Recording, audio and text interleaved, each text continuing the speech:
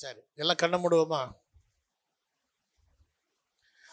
புனித வெள்ளி, good Friday.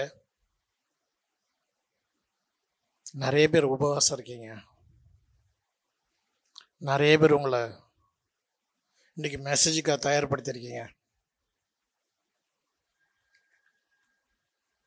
நிறைய பேர் உலகம் பூரா இன்னைக்கு பார்த்தீங்கன்னா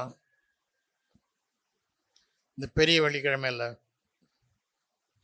கேத்தலிக்ஸ், ப்ராடஸ்டன்ட், எந்த டினாமினேஷனாக இருந்தாலும் எல்லாருக்கும் ஒரு முக்கியமானது, இந்த உலகத்துக்குன்னு சொல்கிறத விட இந்த யூனிவர்ஸ்க்கே ஒரு முக்கியமான நாள். இது ஒரு சோகமான நாள் அல்ல, நம்ம அழக்கூடிய நாள் அல்ல. நம்ம ஆக்சுவலி என்ன பண்ணணும்? சந்தோஷப்படணும். ஏன்னா இது இன்னைக்கு நடக்கல, 2000 வருஷத்துக்கு முன்னால் நடந்துச்சு. ஆனால் அந்த 2000 வருஷத்துக்கு முன்னால் நீ யாரு நான் யாருன்னே தெரியாது. பாட்டு மட்டும் அழகாக பாடுறது, எலும்புகள் உருவாகலை, நரம்புகள் உருவாகலை, தசைகள் உருவாகலை, தரிசனம் உருவானது.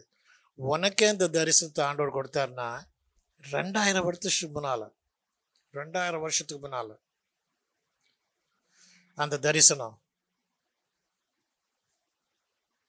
நம்முடைய பிதாவாகிய தேவனுடைய குமாரன் இயேசு கிறிஸ்துவோடும் பரிசுத்த ஆவியோடு இருந்தது. 2000 வருஷத்துக்கு முன்னால் அந்த தரிசனம் நிறைவேறிச்சு. ஆனால் அந்த தரிசனம் பார்த்தீங்கன்னாக்கா உலக தோற்றத்துக்கு முன்பாகவே அடிக்கப்படுவதாக தெரிந்து கொள்ளப்பட்ட ஆட்டுக்குட்டியாக உலக தோற்றம், இந்த உலகம் ஆரம்பித்து கிட்டத்தட்ட 7000 10,000 வருஷம் வரைக்கும் இருக்குது. இந்த உலகம் ஆரம்பித்த பிறகு, ஆரம்பிக்கிறதுக்கு முன்னால் கண்ட தரிசனம். யாருக்கா தரிசனம் வந்திருக்குமா 10,000 வருஷத்துக்கு முன்னால? இங்கே யாராவது 10,000 வருஷத்துக்கு முன்னாடி இருந்து கைத்துக்கு பார்க்கலாம். டைனோசரு அதை போல் யார் இருக்கீங்களா? யாரும் இல்லை இல்லையா? பாருங்கள், 10,000 வருஷத்துக்கு முன்னால் என் தேவன் உனக்காகவும் எனக்காகவும் மரித்த என்ன பண்ணார்? உன்னை என்ன பண்ணார்? உன்னுடைய பாவத்தை போக்குறதுக்காக, மறிக்கிறதுக்காக ஒப்பு கொடுத்தாரு. ஒப்பு கொடுத்தது மட்டும் இல்லை, அவர் என்ன பண்ணார்? நிறைவேற்றினார். நாமெல்லாம் நிறைவேற்ற மாட்டோம். வாங்கின கடனை நாம் கொடுக்க மாட்டோன்றோம், வாங்கின பேனாவை திருப்பி கொடுக்க மாட்டோன்றோம், வாங்கின பேப்பரை திருப்பி கொடுக்க மாட்டோன்றோம். நமக்காக, அந்த பாவத்துக்காக அவரையே பலியாக கொடுத்தார். அவர் சிலுவையில் பேசின வார்த்தைகளை பற்றி இன்னைக்கு தியானிக்க போகிறோம். அதுக்கு முன்பாக ஒரு பாட்டு பாடி நம்ம ஆரம்பிக்க போகிறோம். சரியா? ஜபம். எல்லாருமே குற்றக்காரமாக பரமதவன தேவாதி தேவனை கர்த்தாதி கர்த்தாவை ராஜேந்திர ராஜாவே, இதோ நீர் எங்களுக்காக உம்மை ஒப்பு கொடுத்த நாளப்பா, எங்களுக்காக உம்முடைய உயிரை விட்ட நாளப்பா. எங்களுக்காக ஒரு நாய் கூட உயிரை விடாது சுவாமி. நாங்கள் இழுத்து பறிச்சுட்டு கிடந்தா கூட சொல்லுவாங்க சுவாமி, இது எப்போ போய் தெரில, வருஷம் மாதம் அமாவாசை வருது, பௌர்ணமி வருது, இதுக்கு மட்டும் என்ன பண்ண முடிய மாட்டேங்குது, இந்த இழுத்துக்கிட்ட உயிர் போக மாட்டேங்குதுன்னு. ஆனால் நீர் ஆண்டவரை இது அவ்வளோ இதாக பிளான் பண்ணினாரு. எல்லாரும் யோசித்து பார்க்கறதுக்கு முன்பாகவே, எல்லாரும் இதை நினைச்சு பார்க்கறதுக்கு முன்பாகவே நீ செய்ய வேண்டிய செய்து முடித்தீர். இன்றைக்கும் அதை போல நிறைய காரியங்களை சுவாமி எங்கள் வாழ்க்கையில் நாங்கள் எண்ணுவதற்கு நினைப்பதற்கும் அதிகமாக செய்கிற தேவனாய் செய்து கொண்டிருக்கிறீர் சுவாமி. இதை நாளில் கூட சுவாமி இந்த 7 வார்த்தைகளை கேட்டு நாங்கள் தியானித்து எங்களை உமக்கு அர்ப்பணித்து நீர் சிலுவையில் பட்ட பாடுகளை உணர்ந்து உமக்கேற்ற பிள்ளைகளாக வளரத்தக்கதாக வாழத்தக்கதாக நீர் கிருபை செய்ய வேண்டும் என்று எங்கள் அருமனார் இயேசு கிறிஸ்து மூலமாய் வேண்டிக் கொள்கிறோம் பிதாவே. ஹல்லேலூயா. ஒரு பாடலை பாடலாம், ஏஞ்சிக்கலாமா? இயேசு கிறிஸ்துவின் அன்பு என்று மாறாதது, என் இயேசு கிறிஸ்துவின் மாறாத கிருபை என்றும் குறையாதது. என் இயேசு கிறிஸ்துவின் மாறாத கிருபை என்றும் குறையாதது. இயேசு எல்லாம் சேர்ந்து கிறிஸ்துவின் அன்பு உன்மீறுதலுக்காய் இயேசு காயங்கள் பட்டாம். உன்னக்கர்மத்திற்காய் இயேசு நொறுக்கப்பட்டா. உன்மீறுதலுக்காய் இயேசு காயங்கள் பட்டா. உன்னக்கர்மத்திற்காய் இயேசு நொறுக்கப்பட்டா. எனக்காகவே அடிகள் பட்டா. உன்னை உயர்த்த தன்னை தாழ்த்தினார். உனக்காகவே அடிகள் பட்டார்.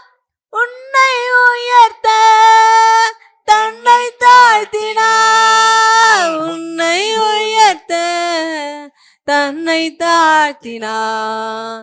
இயேசு கிறிஸ்துவே அன்பு என்று மாறாதது.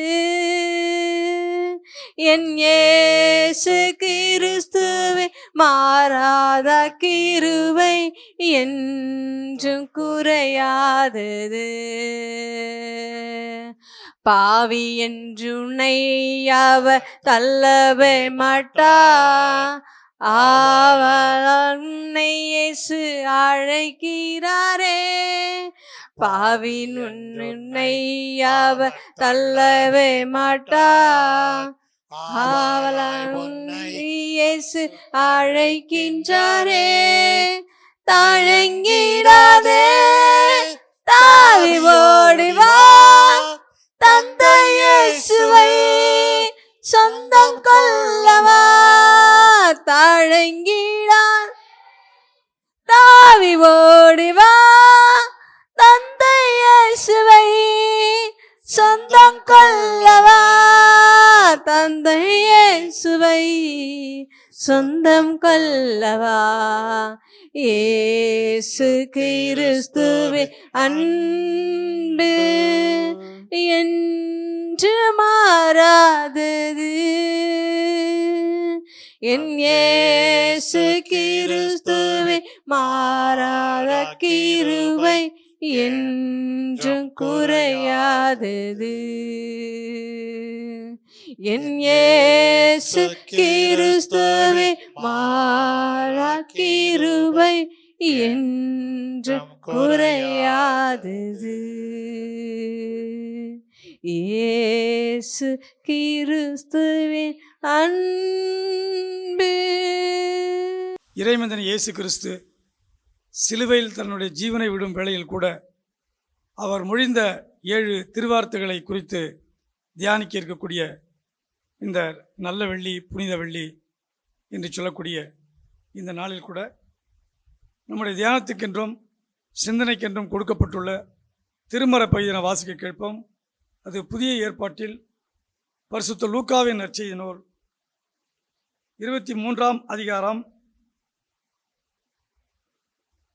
25ஆம் வசனம் தொடங்கி 45ஆம் வசனம் முடிய அடங்கியுள்ள வேத பகுதி. லூக்காவின் நற்செய்தி நூல் 23ஆம் அதிகாரம் 25ஆம் வசனம் தொடங்கி 45ஆம் வசனம் முடிய வாசிக்க கேட்போம். கலகத்தின் நிமித்தமும் கொலை பாதகத்தின் நிமித்தமும் காவலில் போடப்பட்டிருந்தவனை ஜனங்கள் கேட்டுக்கொண்டபடியே பிலாத்து விடுதலையாக்கி இயேசுவையோ அவர்கள் இஷ்டத்துக்கு ஒப்பு கொடுத்தான். அவர்கள் இயேசுவை கொண்டு போகிற போது நாட்டிலிருந்து வருகிற சிரேனே ஊரானாகிய சீமோன் என்கிற ஒருவனை பிடித்து சிலுவையை அவர் பின்னே சுமந்து கொண்டு வரும்படி அதை அவன் மேல் வைத்தார்கள். திரள் கூட்டமான ஜனங்களும் அவருக்காக புலம்பி அழுகிற ஸ்திரீகளும் அவருக்கு பின் சென்றார்கள். இயேசு அவர்கள் முகமாய் திரும்பி, எருசலேமின் குமாரத்திகளே, நீங்கள் எனக்காக அழாமல் உங்களுக்காகவும் உங்கள் பிள்ளைகளுக்காகவும் அழுங்கள். இதோ மலடிகள் பாக்கியவதிகள் என்றும் பிள்ளை பெறாத கர்ப்பங்களும் பால் கொடாத ஸ்தனங்களும் பாக்கியமுள்ளவர்கள் என்றும் சொல்லப்படும் நாட்கள் வரும். அப்பொழுது மலைகளை நோக்கி எங்கள் மேல் விழுங்கள் என்றும், குன்றுகளை நோக்கி எங்களை மறைத்து கொள்ளுங்கள் என்றும் சொல்லத் தொடங்குவார்கள். பச்சை மரத்துக்கு இவைகளை செய்தால் பட்ட மரத்துக்கு என்ன செய்ய மாட்டார்கள் என்றார். குற்றவாளிகளாகிய வேறே 2 பேரும் அவரோடு கூட கொலை செய்யப்படுவதற்கு கொண்டு போகப்பட்டார்கள். கபால ஸ்தலம் என்று சொல்லப்பட்ட இடத்தில் அவர்கள் சேர்ந்த பொழுது அங்கே அவரையும் அவருடைய வலப்பக்கத்தில் ஒரு குற்றவாளியையும் அவருடைய இடது பக்கத்தில் ஒரு குற்றவாளியையும் சிலுவைகளில் அறைந்தார்கள். அப்பொழுது இயேசு, பிதாவே, இவர்களுக்கு மன்னியும், தாங்கள் செய்கிறது இன்னதென்று அறியாதிருக்கிறார்களே என்றார். அவருடைய வஸ்திரங்களை அவர்கள் பங்கிட்டு சீட்டு போட்டார்கள். ஜனங்கள் நின்று பார்த்து கொண்டிருந்தார்கள். அவர்களுடனே கூட அதிகாரிகளும் அவரை இகழ்ந்து, இவன் மற்றவர்களை ரட்சித்தான், இவன் தேவனால் தெரிந்து கொள்ளப்பட்ட கிறிஸ்துவானால் தன்னைத்தானே ரட்சித்து கொள்ளட்டும் என்றார்கள். போர் சேவகரும் அவரிடத்தில் சேர்ந்து அவருக்கு காடியை கொடுத்து, நீ யூதரின் ராஜாவானால் உன்னை ரட்சித்துக்கொள் என்று அவரை பரியாசம் பண்ணினார்கள். இவன் யூதருடைய ராஜா என்று கிரேக்கு, லத்தீன், எபிரேய எழுத்துக்களில் எழுதி அவருக்கு மேலாக வைக்கப்பட்டது. அன்றியும் சிலுவையில் அறையப்பட்டிருந்த குற்றவாளிகளில் ஒருவன், நீ கிறிஸ்துவானால் உன்னையும் எங்களையும் ரட்சித்துக்கொள் என்று அவரை இகழ்ந்தான். மற்றவன் அவனை நோக்கி, நீ இந்த ஆக்கினைக்கு உட்பட்டவனாய் இருந்தும் தேவனுக்கு பயப்படுகிறதில்லையா? நாமோ நியாயப்படி தண்டிக்கப்படுகிறோம். நாம் நடப்பித்தவைகளுக்கு தக்க பலனை அடைகிறோம். இவரோ தகாததொன்றையும் நடப்பிக்கவில்லையே என்று அவனை கடிந்து கொண்டு இயேசுவை நோக்கி, ஆண்டவரே, நீர் உம்முடைய ராஜ்யத்தில் வரும்போது அடியேனை நினைத்தருளும் என்றான். இயேசு அவனை நோக்கி, இன்றைக்கு நீ என்னுடனே கூட பரதீசில் இருப்பா என்று மெய்யாகவே உனக்கு சொல்லுகிறேன் என்றார். அப்பொழுது ஏறக்குறைய 6ஆம் மணி நேரமாய் இருந்தது.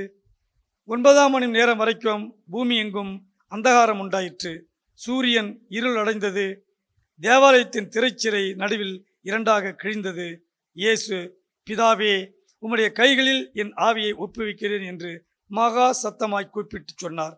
இப்படி சொல்லி ஜீவனை விட்டார் என்பது வாசிக்க வேண்டிய திருமுறை பகுதி. இறைமந்திரி இயேசு சிலுவில் எவ்விதமாக அவர் தன்னுடைய ஜீவனை விட்டார் என்பதற்கான வேத பகுதியாக இருக்கிறது. மேலும் அவர் சொன்ன வார்த்தைகள் 4 நற்செய்தி நூல்களிலும் பரவலாக சொல்லப்பட்டிருக்கிறது. 7 அவர் வார்த்தைகளை சொல்லியும் கூட ஒரே நற்செய்தி நூலில் அது அடங்காமல் 4 நற்செய்தி நூல்களிலும் அடங்கியுள்ளது. எனவே 4 நற்செய்தி நூல்களிலும் உள்ள 7 வார்த்தைகளை எங்களை வரிசைப்படுத்தி 7 பேர் பேசுவதாக நாம் ஏற்கனவே அறிவித்திருந்த பிரகாரமாக இன்றைய தினத்தில் அந்த வார்த்தைகளை குறித்து யார் யாரெல்லாம் பேச இருக்கிறீர்களோ அவர்கள் மட்டும் தயவு செய்து முன்னதாக வரும்படியாக அவரை அழைக்கிறேன். நாம் இவர்களுக்காக இப்பொழுது ஜெபம் செய்வோம்.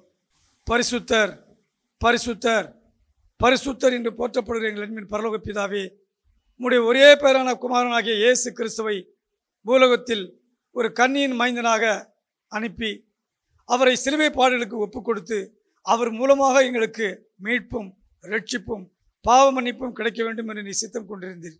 உம்முடைய சித்தத்தின்படியே ஆண்டவர் அவர் 33.5 ஆண்டுகள் இந்த பூலோகத்தில் மனித அவதாரமாக இருந்து எங்கள் மத்தியில் அவர் உலாவினார். நாங்கள் என்னென்ன பாடுகள் படுவோமோ அவற்றையெல்லாம் அவர் சுமந்தார். அவருடைய நினைவை நாங்கள் இப்பொழுது போற்றுகின்ற வகையில் இவரை 7 வார்த்தைகள் சொன்ன வார்த்தையை இவர்கள் பேச இருக்கால் கர்த்தாவே, இந்த தாசர்களை உம்முடைய கரத்தில் ஒப்புக் கொடுக்கிறோம் அப்பா. இவர்கள் இன்று பலப்படுத்தும், இவர்கள் மீது உம்முடைய ஆவியை ஊற்றும், உம்முடைய வல்லமை இறங்கட்டும். இவர்கள் தங்களுடைய சுயமாக பேசாமல் ஆண்டவரே, நீர் என்ன அருள் செய்கிறீரோ அவற்றை அவர்கள் பேசவும், அதன் மூலமாக உன் நாமம் மகிமைப்படவும், அநேக ஆத்துமாக்களுக்கு இது ஆத்தும ரட்சிப்பை கொண்டு வருவதற்கு ஏதுவாக இருக்கத்தக்கதாக இவர்களை பலப்படுத்தும், பக்குவப்படுத்தும். நன்மையினாலும் கிருபினாலும் அவர்களை முடிசூட்டும் ஆண்டவரே. அவர்கள் சொல்லுகின்ற ஒவ்வொரு வார்த்தையும் கர்த்தாவே ஜீவனுள்ள வார்த்தையாக இருக்கத்தக்கதாக நீர் ஆசீர்வதியும். அவர்கள் மூலமாக கர்த்தாவே இந்த 7 வார்த்தைகளும் கர்த்தாவே எங்கள் மனதில் நன்றாக பயந்து கர்த்தாவே நாங்கள் 100ஆக கனிதரத்தக்கதாக எங்களுக்கு நீர் கிருபை பாற்றம் ஜெபிக்கிறோம். இவர்களை எடுத்து நீர் பயன்படுத்துவதற்காக நன்றியை எடுக்கிறோம். நீர் ஆளுகை செய்யும், அற்புதம் செய்யும். இறைமந்தன் இயேசு மூலம் ஜெபம் கொள்ளும் நல்ல பிதாவே, ஆமென். சரி, உங்கள் இடத்துக்கு செல்லுங்கள். 7 வார்த்தைகள் யார் யார் பேசுகிறீர்கள் என்பதை நான் அறிவித்து விடுகிறேன்.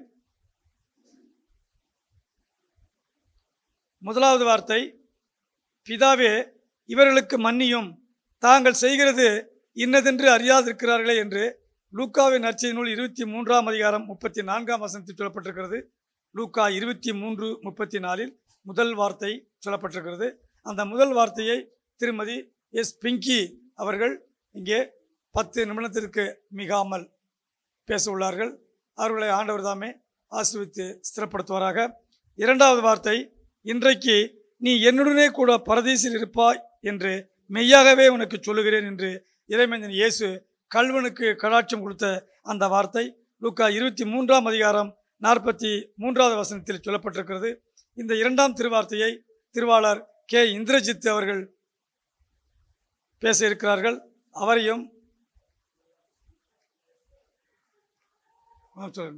பேச இருக்கிறார்கள். ஆக இந்த 2 வார்த்தைகள் இடைவெளி கொடுக்கிற பொழுது சில விவரங்கள் உங்களுக்கு அளிக்கப்படும். இந்த ஒவ்வொரு வார்த்தையும் பேசும். அதே போல் 3வது வார்த்தை திருமதி மணிமேகலை பேச இருக்கிறார்கள். இயேசு தம்முடைய தாயை நோக்கி, ஸ்திரீயே அதோ உன் மகன் என்றார்.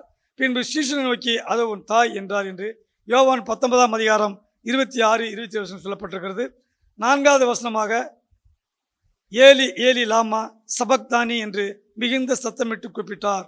அதற்கு என் தேவனே ஏன் என்னை கைவிட்டீர் என்று அர்த்தமாம் என்று மத்தேயு 27:47 சொல்லப்பட்டுள்ள அந்த 4வது வார்த்தையை திருமதி வி உமா அவர்கள் பேசியிருக்கிறார்கள். 5வது வார்த்தை, இயேசு தாகமா இருக்கிறேன் என்றார். யோவான் 19:28 சொல்லப்பட்டிருக்கிறது. இந்த 5வது வார்த்தையை எஸ்தர் ராஜகுமாரி அவர்கள் பேச இருக்கிறார்கள். 6வது வார்த்தை, இயேசு முடிந்தது என்று சொல்லி தலையை சாய்த்து ஆவி ஒப்பு கொடுத்தார் என்று சொல்லப்பட்டிருக்கிறது. அங்கே திருமதி பி ஜான்சிராணி பேச இருக்கிறார்கள். யோவான் 19:30 சொல்லப்பட்டிருக்கிறது. 7வது வார்த்தையாக, பிதாவே உம்முடைய கைகளில் என் ஆவியை ஒப்புவிக்கிறேன் என்று மகா சத்தமாய் குறிப்பிட்டு சொன்னார் என்று லூக்கா 23:47 சொல்லப்பட்டிருக்கிறது. இந்த 7வது வார்த்தையை திருவாளர் கே ஜோஷுவா பேச இருக்கிறார்கள். இந்த ஒவ்வொரு வார்த்தையும் நீங்கள் பேசும்பொழுது முன்னதாக ஒரு கவி பாடப்படும். பாடலிருந்து அந்த பாடி முடித்த உடனே, சர்வேஸ்வரா சுவாமி இரக்கமாக எங்களை பாரும், கிறிஸ்து இயேசுவே சுவாமி கிருபையாக எங்களை பாரும், சுத்தாவியே சுவாமி பட்சமாக எங்களை பாரும் என்ற 3 வரிகளை நான் பாடுவேன். இந்த பாடும் பொழுது பேச இருக்கிறவர்கள் தயாராக வந்து இங்கே இந்த மைக் இங்கே ஸ்டாண்டுக்கு வந்துடணும். இந்த கேட்டரி ஸ்டாண்டுக்கு வந்து நீங்கள் ரெடி ஆகிடணும். பாடல் முடிந்த பிறகு வருது இருந்தால் லேட்டாகும். எனவே காலத்தை நீங்கள் அடிப்படையை கொண்டு தயவுசெய்து ஒவ்வொரு வார்த்தைக்கும் இடையே இந்த சர்வேஸ்வரா சுவாமி என்ற வார்த்தையை அந்த பாடலை பாடுவேன். ஒரு கவிதை, அந்த 3 வரிகள். அந்த சமயத்தில் நீங்கள் தயவுசெய்து இங்கே வந்துவிட வேண்டும். தியானத்தோடு ஆரம்பிங்கள், பாடலாம் வேண்டாம். ஆக 10 மணித்துளிகளுக்கு மிகாமல் நீங்கள் ஆண்டவருடைய சிந்தனையை கொண்டு நீங்கள் அவருடைய இருந்த சிந்தனையே உங்களின் இருக்கிறது என்ற பிரகாரமாக நீங்கள் வாசிக்கும்படியாக அன்புடன் உங்களுக்கு அறிவிக்கப்படுவது. கர்த்தர் தாமே உங்களை ஆசீர்வதித்து பலப்படுத்தி காப்பாராக. ஆமென்.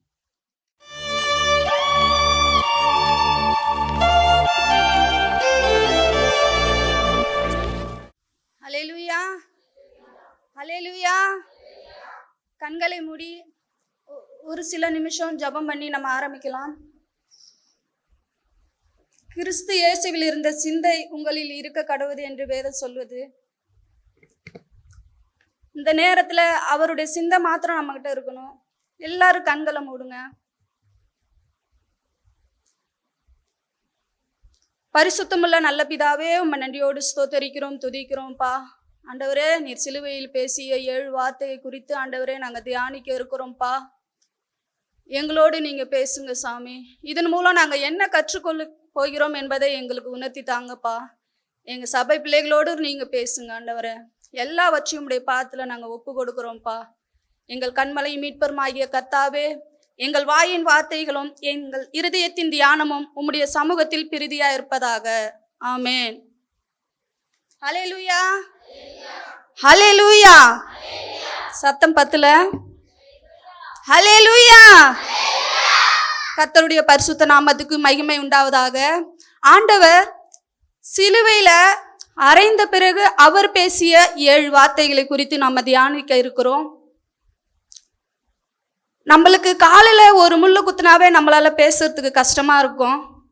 என் தேவனுக்கு உடம்பெல்லாம் உழுத நிலம் போல காயங்கள், ரத்தம் சொட்டு சொட்டா வடியுது, உடம்புல ரத்தம் சொட்டு சொட்டா வடியுது.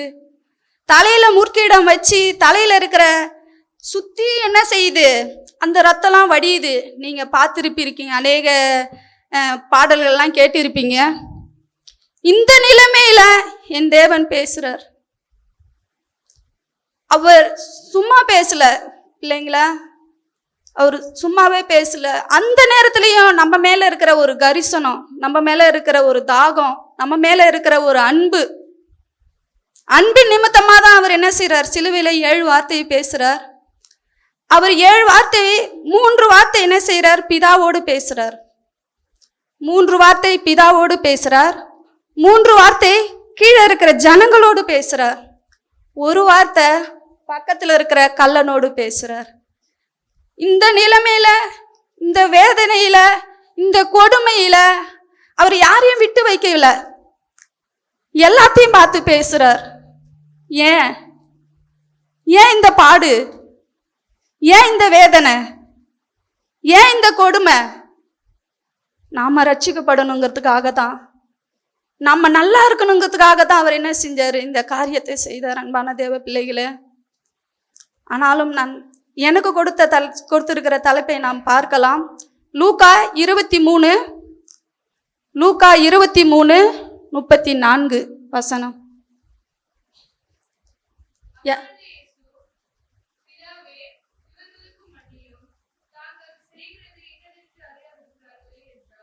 அப்பொழுது இயேசு, பிதாவே இவர்களுக்கு மன்னியும், தாங்கள் செய்கிறது இன்னதென்று அறியாதிருக்கிறார்களே. பாருங்க, இந்த வசனம் ஒரு தீர்க்க தரிசன வசனத்தின் நிறைவேறுதலா இருக்கிறது. இந்த வசனம் எங்கப்பா இருக்குது அப்படின்னு பாக்குறீங்களா? அதே ஏசாயா 53ஆவது அதிகாரத்துல 12வது வசனத்தை வாசிங்கன்னா அதோட நிறைவேறுதல் தான் இங்க இருக்கிறது. யாராவது ஒருத்தன் சத்தமா வாசிக்கலாமா?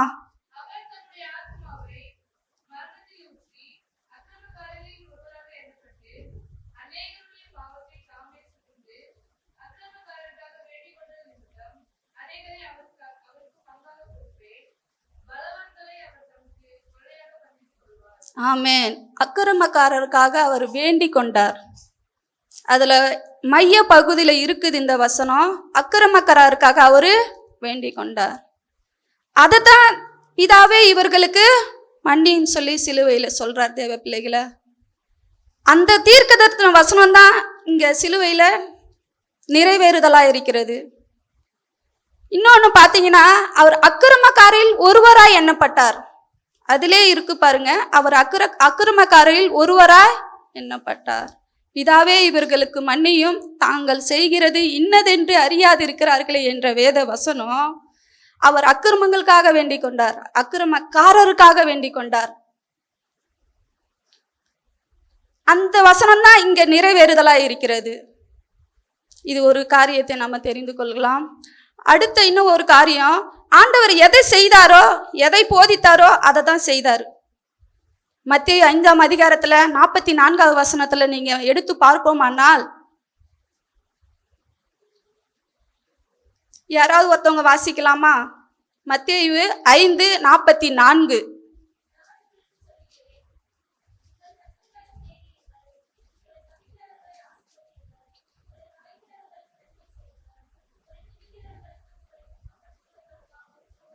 உங்களை நிந்திக்கிறவர்களுக்காகவும் உங்களை துன்பப்படுத்துறவர்களுக்காகவும் ஜெபம் பண்ணுங்கள் என்று ஆண்டவர் சொல்லி இருக்கிறார்.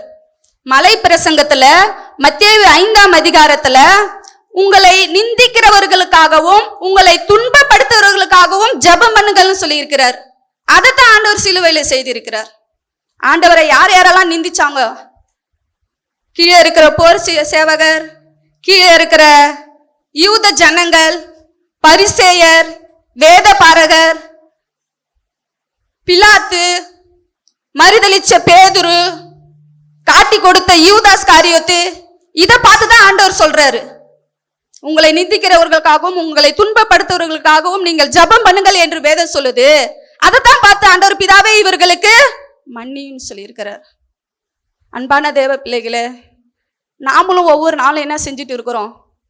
சிலுவையில ஏசாமி அரைஞ்சிக்கிட்டு இருக்கிறோம்.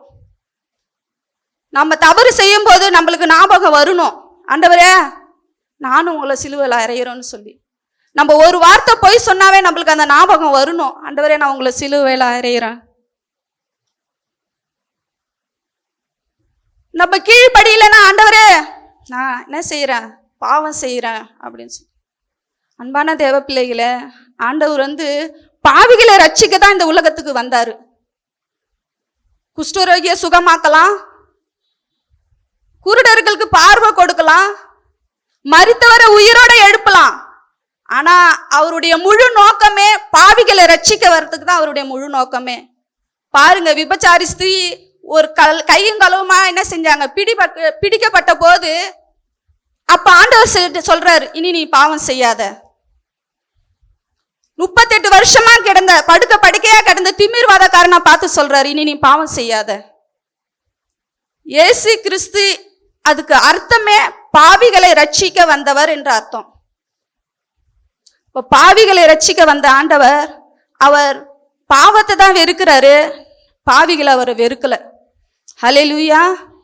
அவர் பாவத்தை தான் வெறுக்கிறாரு, நம்மளை அவர் நேசிக்கிறார். நீ எப்பேற்பட்ட பாவியா இருந்தாலும் பரவாயில்ல, பயப்படாதீங்க, ஏசப்பாட்ட ஒப்புரவாகுங்க. ஆண்டவரே என்னை மன்னிங்கன்னு சொல்லி கேளுங்க, கண்டிப்பா அவர் மன்னிக்கிற தெய்வமா இருக்கிறார். அடுத்து இன்னொரு காரியத்தை கற்றுக்கொள்ளலாம். பிதாவே இவர்களுக்கு மன்னியும், தாங்கள் செய்கிறது இன்னதென்று அறியாதிருக்கிறார்களே. இதுல அறியாதிருக்கிறார்களே என்று நம்ம தியானிப்போமானால், ஸ்தேவான் கல்லெறிஞ்சி அந்த ஜனங்களை என்ன செய்யறாங்க, ஸ்தேவானை கல்லெறிஞ்சி கொல்றாங்க. அப்ப அவர் சொல்றாரு, ஆண்டவரே இந்த பாவத்தை வெறுமே சுமத்தாதரும், அவங்க அறியாது இருக்கிறாங்க அப்படின்னு. நாம மற்றவங்க பாவம் செய்யும் போது நாம என்ன செய்யணும், பரிந்து பேசுகிற பிள்ளைகளா இருக்கணும், பரிந்து பேசுகிற ஜனங்களா இருக்கணும். ஆண்டவரே இவங்க என்ன செய்யறாங்க, பாவம் செய்ய இவங்க அறியாத செய்யறாங்கப்பா, இவங்கள மன்னிங்கப்பா அப்படின்னு சொல்லி அந்த மன எண்ணத்தோடு நம்ம இருக்கணும். பேதுரு கூட சொல்லி இருக்கிற 2 அப்போஸ்தலர் 2 அதிகாரத்துல பாத்தீங்கன்னா, நீங்க அறியாத ஏசாமியை நீங்க கொன்னு போட்டுட்டீங்க, அந்த ஏசாமிய பேரில் தான் நான் நிக்கிறேன் அந்த இடத்துல அப்படின்னு சொல்றாரு. ஆனா நம்ம பாவம் செய்யும் போது நான் அறியாம செஞ்சிட்டேன்ப்பா அப்படின்னு சொல்ல முடியாது. நம்மளுக்கு பாவம்னு தெரியும், நம்ம ரட்சிக்கப்பட்டு இருக்கிறோம், நம்மளுக்கு பாவம்னு தெரியும். ஏசப்பா நான் துணிகரமா பாவம் செஞ்சிட்டேன்ப்பா, என்னை மன்னிச்சிடுங்க சாமி அப்படின்னு சொல்லி கேட்கணும். செய்வீங்களா? ஹல்லேலூயா. இன்னைக்கு நான் இன்னும் ஒரு 3 காரியத்தை தான் சொல்லலான்னு இருந்தேன். அந்த 3 காரியத்தையும் நான் சொல்லிட்டேன். ஆனா ஏசாமி யாரோ கொன்னு விட்டாங்க, யாரோ அவரை அடிச்சிட்டாங்க, யாரோ அவரை சிலுவையில் அறிஞ்சிட்டாங்க அப்படின்லாம் நினைக்காதீங்க. அவர் தம்மை தாமே ஒப்பு கொடுத்தார். ஆடுகளுக்காக தன் ஜீவனே அவர் செஞ்சாரு, ஒப்பு கொடுத்தாரு. ரத்த சிந்தல் இல்லாம பாவ மன்னிப்பு இல்லை. இயேசு கிறிஸ்துவின் ரத்தம் தான் சகல பாவங்களையும் நீக்கி நம்மளை ரட்சிக்கும். அதனால யாரையும் ஏசப்பா சிலுவையில் அடிச்சிட்டாங்க அப்படின்னு யாரும் நினைக்காதீங்க. அவர் அன்னைக்கு சிலுவையில் அறையிலன்னா இன்னைக்கு நம்ம இந்த சபையில உட்காந்து இருக்க முடியாது. ஹல்லேலூயா. கண்களை மூடி ஜெபம் செய்வோம். ஸ்தோத்திரம் கர்த்தாவே, ஸ்தோத்திரம்ப்பா. ஆண்டவரே, உங்களை நிந்திக்கிறவர்களுக்காகவும் உங்களை துன்பப்படுத்துறவர்களுக்காகவும் ஜெபம் பண்ணுங்கள் என்று ஆண்டவரே வேதவசனம் இருக்கு சாமி. நீங்க அது போல செஞ்சீங்க ஆண்டவரே. நாங்களும் ஆண்டவரே துணிகரமாய் ஆண்டவரே நாங்க செய்த எல்லா பாவங்களையும் நீங்க மன்னிங்க ஆண்டவரே. ஆண்டவரே இந்த நேரத்துல நாங்க எங்க கூட வேலை செய்கிறவங்கள, எங்க வீட்டில் இருக்கிற கணவர் பிள்ளைகளோடு ஆண்டவரே, அப்பா நாங்க வேலை செய்கிற இடத்துலையும் சாமி ஆண்டவரே, அப்பா நாங்க பிள்ளைகளோட எந்த பிள்ளைகள் இடத்துலையும் சாமி நாங்க ஆண்டவரே ரொம்ப காயப்படுத்தியிருந்தாலும்ப்பா எங்களை ஒரு விசையாய் மன்னிங்க ஆண்டவரே. கிறிஸ்துவில் இயேசுவில் இருந்த சிந்தையே உங்களில் இருக்க கடவுது என்று வேதம் சொல்லுது சாமி. எங்களை மன்னிங்க ஆண்டவரே, எங்களுக்கு மன்னிப்பை தாருங்க ஆண்டவரே. சிலுவையில் நீங்கள் வார்த்தையை மன்னிப்பை குறித்து சொல்லியிருக்கிறீங்க ஆண்டவரே, அது மிக முக்கியமான என்பதை நாங்கள் அறிந்திருக்கிறோம்ப்பா ஆண்டவரே. எங்கள் கடனாளிகளுக்கு நாங்கள் மன்னிக்கிறது போல எங்கள் கடன்களையும் நீங்கள் மன்னிக்கும்படியாய் நாங்கள் செபிக்கிறோம் ஆண்டவரே. எல்லாவற்றையும் உடைய பாதத்தில் நாங்கள் ஒப்பு கொடுக்கிறோம், அர்ப்பணிக்கிறோம்ப்பா. எங்கள் மீட்பர் இரட்சகருமாகிய இயேசு கிறிஸ்துவின் மூலம் செபிக்கிறோம் எங்கள் ஜீவனுள்ள நல்ல பிதாவே. ஆமென்.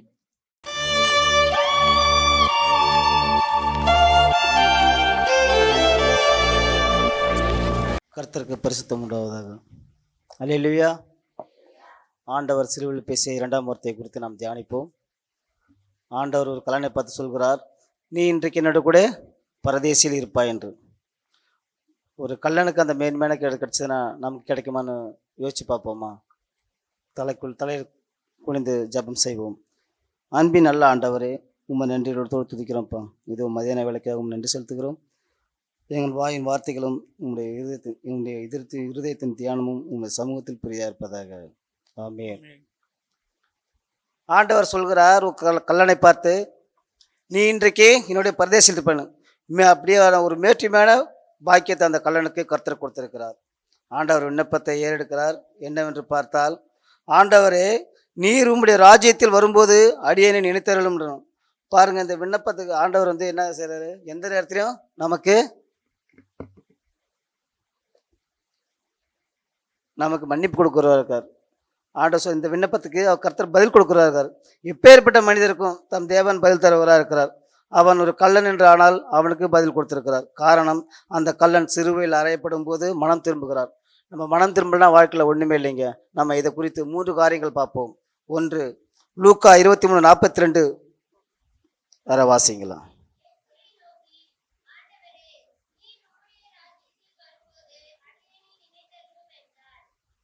அவனுக்கு தேவ பயம் இருந்துச்சுங்க.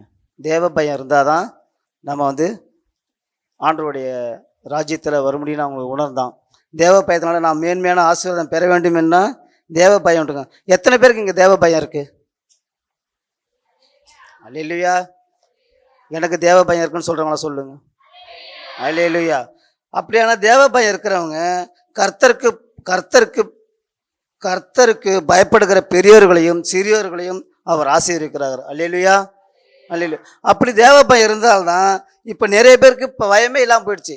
மாமனார் மேலே பயம்லாம் போயிடுச்சு, புருஷன் மேலே பயம்லாம் போயிடுச்சு, பிள்ளைங்க மேலே பயம்லாம் போயிடுச்சு, அம்மா மேலே பயம்லாம் போயிடுச்சு, அப்பா மேலே பயம்லாம் போயிடுச்சு. தேவன் நமக்கு இருக்கிற பயம் எல்லாம் போயிடுச்சு. இவங்களுக்கு பயம் இருந்தால் தேவன் நமக்கு ஒரு தேவன் இருக்காரு, நம்மளுக்கு படைச்சவர் இருக்காருன்ற தேவ பயம் கண்டிப்பாக இருந்திருக்கும். அல்லேலூயா. தேவ பயம் இப்போ இருக்கீங்களா உங்களுக்கு? அல்லேலூயா. அந்த இப்போ சின்ன பிள்ளைகளுமே சரி, இவங்க சின்ன பிள்ளைங்க அப்பா மேலே பயம் இல்லை, அப்பா அம்மாவுக்கு பிள்ளைங்க மேலே பயம் இல்லை, மனைவி மேலே புருஷனுக்கு பயம் இல்லை, புருஷன் மேலே மனைவிக்கு பயம் இல்லை. யாருமே பயலாம் மாட்டதா தேவன்ற ஒரு இல்லைன்றத அவங்க நினச்சிட்டு இருக்காங்க. தேவ பயம் கண்டிப்பாக வேணுங்க. அப்படி நீதிமொழி 8:13 சொல்லுது, தீமையை வெறுப்பதே கர்த்தருக்கு பயப்படுகிற பயம் சொல்லுது. நம்ம என்னைக்கு தீமையை விடுறோமோ, பாவத்தை விடுறோமோ, பொய்யை விடுறோமோ, புறஞ்சொல்றதை விடுறோமோ, அன்றைக்கி தான் தேவ பயம் இருக்கும். பாவத்தை விலகி ஓடணும். பாவம்னு நமக்கு தெரிஞ்சுதுன்னா, நம்ம அநேக பேருக்கு இங்கே பாவம் தான், அதாவது முதல்ல அப்சர் ஆகுது என்னன்னா பாவம் தான் அப்சர் ஆகுது. நல்ல விஷயங்கள் யாருக்குமே போய் சேராது. முதல்ல கெட்ட விஷயம் அந்த பானை எடுத்து அந்த பானையை கவுத்து அந்த காசு எடுத்துறாரான்னு சொன்னாதான், ஓ இதெல்லாம் செஞ்சால் அவன் தெரியும் போட்டுருக்குன்னு அவனுக்கு தெரியும். அது அவன் சொல்லாத வரைக்கும் அவனுக்கு தெரியாது. அப்போ என்னன்னா, நம்ம பாவனை இப்போ அந்த பொண்ணை பார்க்காத, அந்த பையனை பார்க்காத, அந்த விஷயத்தை செய்யாதன்னு சொல்லும்போது அவனுக்கு அப்சர் ஆகுது. அப்போ அந்த தேவ பயம் எல்லாம் போயிடுச்சுங்க. ஆண்டு மக்களுக்கு தேவ பயம் செய்யக்கூடிய சூழ்நிலை இருந்தாலும் தீமை விட்டு விலகி ஓடணும். யோசேப்பு அவ்வளோ பெரிய பாவ நெருக்கடியில் வரும்போது என்ன செஞ்சார்? துணியெல்லாம் அவுத்து போட்டு ஓடினார். அப்போ அந்த தேவ பயம் இருந்தால்தான் அவர் கர்த்தர் உயர்த்தினார். அல்லேலூயா. அல்லேலூயா. கல்லனை கூட பாருங்கள், எவ்வளோ பாவம் செஞ்சுருப்பான். அவன் 2 பேர் திருட்டு இருப்பானுங்க, கொள்ளை அடிச்சிருப்பானுங்க, கொலை செய்திருப்பானுங்க, அவனுக்கு எவ்வளோ பாவம் செஞ்சுருப்பானுங்க. அந்த 2 பேர் செஞ்ச வேலையை ஒருத்த மட்டும் தான் மனம் திரும்புகிறான், ஒருத்த மட்டும் தான் தேவ பயம் இருக்குது. அப்போ இன்னொருத்தனுக்கு தேவ பயம் இல்லை. அப்போ நம்ம ஒவ்வொருத்தரும் தேவ பயம் இல்லாதால் தான் நம்ம ஆண்டவர் இல்லைன்றதை நமக்காக ஆண்டவர் மரிக்கிறாரு, அவர் ராஜ்யத்தில் நம்ம பிரவேசிக்கின்றது ஒரு எண்ணம் நம்பிடுச்சு. அதே 2வது காரியம் பாருங்கள், லூக்கா 23:41 படிங்க. லூக்கா 23:41.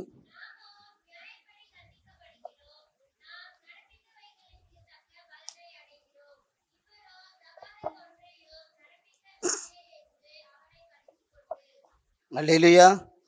நாம் நிறைய தவறு செய்கிறோம், அதை உணர்வதே இல்லை. நம்ம ஃபஸ்ட்டு குற்றத்தை உணரணுங்க. அந்த பாவத்தை குறித்து மனஸ்தாபம் பட்டான், ஆனாலும் மனம் திரும்ப. இப்போ நாம் ஒரு விஷயம் செய்கிறோன்னா, ஐயோ இது தப்புன்னு தெரிஞ்சு அதாவது மனஸ்தாபப்படுவோமே தவிர நம்ம மனம் திரும்ப மாட்டோம். நம்ம மனம் திரும்பினா தான் பாவிகளை ரட்சிக்கவே இயேசு கிறிஸ்து வந்தாருன்றது. நம்ம மனம் திரும்பணும். எத்தனை பேர் இந்த மனம் திரும்பியிருக்கீங்க? அல்லேலூயா. ரொம்ப சந்தோஷம்.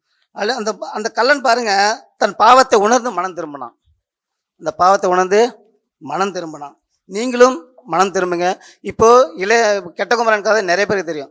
அவன் வந்து திரும்பி வந்து தன் ஆஸ்தியெல்லாம் அழிச்சு போட்டுட்டு திரும்பி வந்து அப்பாட்ட வந்து எனக்கு அதை கூட இதை கூட கேட்கல, பரத்துக்கு விரோதமாகவும் உமக்கு எதிராகவும் நான் செய்த பாவங்களை மன்னிப்பான்னு சொன்னான். அவன் குற்றத்தை உணர்ந்தான். குற்றத்தை உணரும் போது ஆண்டவர் அவருக்கு பரலோக ராஜ்யத்தில் இடம் கொடுக்குறதா, பரதேசியில் இடம் கொடுக்கணும். பரதேசிக்கும் பரலோக ராஜ்யத்துக்கு வித்தியாசம், ஓரளவு வித்தியாசம்னு சொல்லி வேத வாக்கியம் சொல்லுது. பரதேசின்றது இழப்பாறுதல்னு சொல்கிறாங்க. அந்த இழப்பாறுதலில் பிதாவுடைய வலுப்பாரிசத்தில் ஆண்டவர் உட்காரும் போது இந்த கல்லலுக்கும் இடம் கொடுக்குறாருன்னா அவன் குற்றத்தை உணர்ந்தான், மனம் திரும்பினான். அது 3ஆவது விஷயம் பாருங்க, லூக்கா 23:42 வாசிங்க.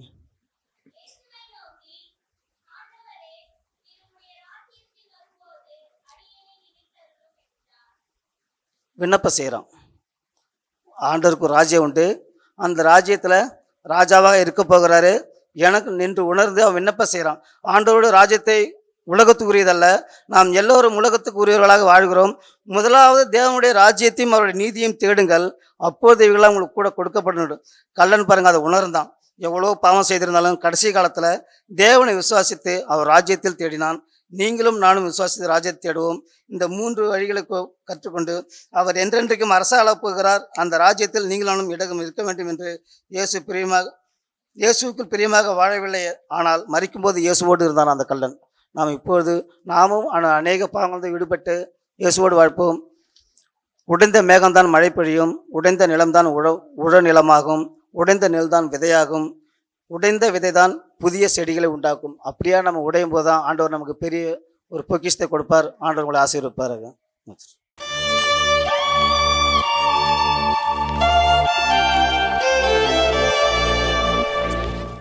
கர்த்தருடைய பரிசுத்த நாமத்திற்கு மகிமை உண்டாவதாக. இன்று நாம் தியானிக்க போகிற வார்த்தை வந்து 3ஆம் வார்த்தை. மூன்றாம் வார்த்தை ஜெபம் செய்வோமாக.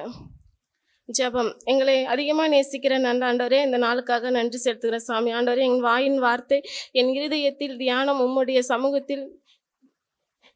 சமூகத்தில் பிரீதியாக இருப்பதாக. ஆமேன். இந்த 3ஆம் வார்த்தை எதை குறிக்கிறதுனா மெய்யான ஆறுதல். மெய்யான ஆறுதல். யோவான் எழுதிய சுவிசேஷம் 19ஆம் அதிகாரம் 26-27 வாசிப்போமானால், அப்பொழுது இயேசு தம்முடைய தாயையும் அருகே நின்ற தமக்கு அன்பாய் இருந்த சீஷனையும் கண்டு தம்முடைய தாயை நோக்கி, ஸ்திரீயே, அதோ உன் மகன் என்றார்.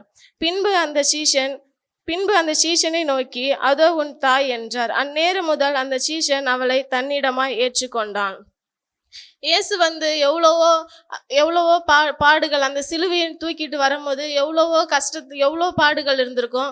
அவங்க தூக்கிட்டு வரும்போது அவங்க மரியாள் பார்த்து எவ்வளவோ துக்கப்பட்டிருப்பாங்க. இயேசு சொல்லியிருக்காரு.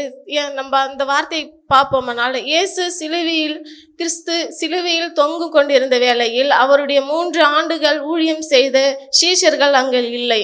அவரிடத்தில் சுகம் பெற்ற ஜனங்கள் யாரும் அங்கு வரவில்லை. அங்கு இயேசுவின் வார்த்தை கேட்கும்படியாக ஓடி ஓடி வந்த ஜனக்கூட்டம் காணப்படவில்லை. இயேசுவின் தாயாகிய மரியாளும் அவருடைய சகோதரி கிளியோப்பா மரியாளும் மகதலேனா மரியாளும் யோவான் மாத்திரமே இருந்தார்கள். மரியாளுக்கு வந்து நம்மளுடைய புள்ள வந்து சிலுவையில் தொங்கியிருக்கும் போது எவ்வளவோ கஷ்டம் இருந்திருக்கும். தன் கணவனை இழந்த பிறகு அவரது குடும்பம் பொறுப்போடு நடத்தி வந்த தன் மகன் இல்லாத நிலையில் தன் எதிர்காலத்தை குறித்து எப்படி இருக்குமோ என்று அவங்க நினைச்சிட்டு இருந்திருப்பாங்க. தன் மகன் பிறந்திருக்கும் பொழுது நிறைய அந்த செய்தியை கேட்டு நிறைய மேய்ப்பர்கள் வந்து அந்த குழந்தைய பார்க்க வந்திருக்கும் போது எவ்வளோ சந்தோஷப்பட்டிருப்பாங்க. அதே போல் அவங்க ஆண்டவர் வந்து நிறைய சுகம் இல்லாதவங்களுக்கு சுகத்தை கொடுத்தாரு, நிறைய பேர் வியாதி உள்ளவங்களை சுகமாக்குனாரு. அந்த மாதிரி காரியத்தை நினைத்து பார்க்கும்போது அவங்க வந்து ரொம்ப சந்தோஷப்பட்டிருப்பாங்க.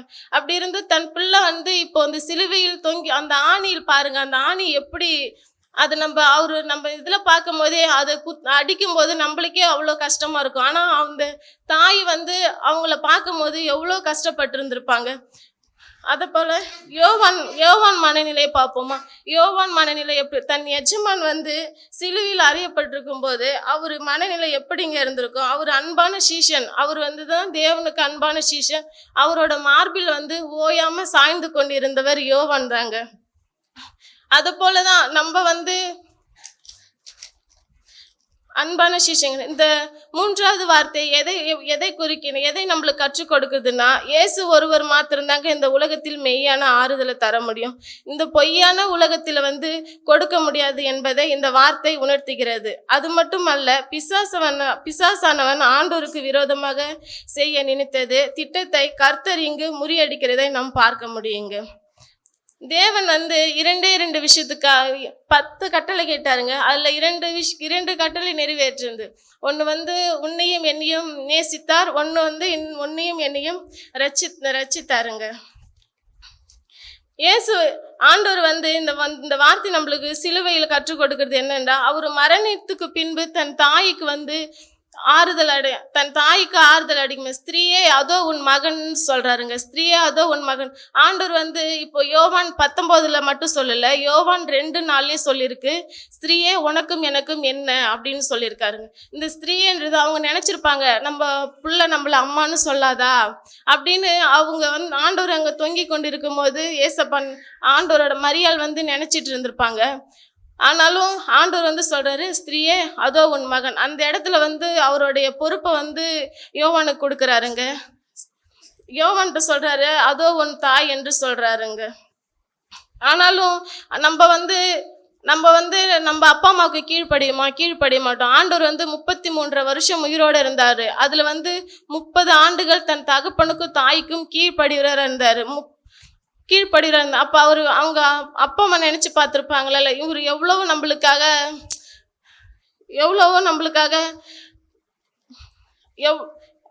நல்ல ஒரு பிள்ளையா இருந்திருப்பாரு. ஆனால் நம்ம பெற்றோருக்கு கீழ்ப்படுகிறோமா? இல்லை. நம்ம பிள்ளைங்க நம்மளுக்கு கீழ்ப்படுகிறது, நம்மளும் நம்ம பெற்றோருக்கு கீழ்ப்படுகிறது இல்லைங்க.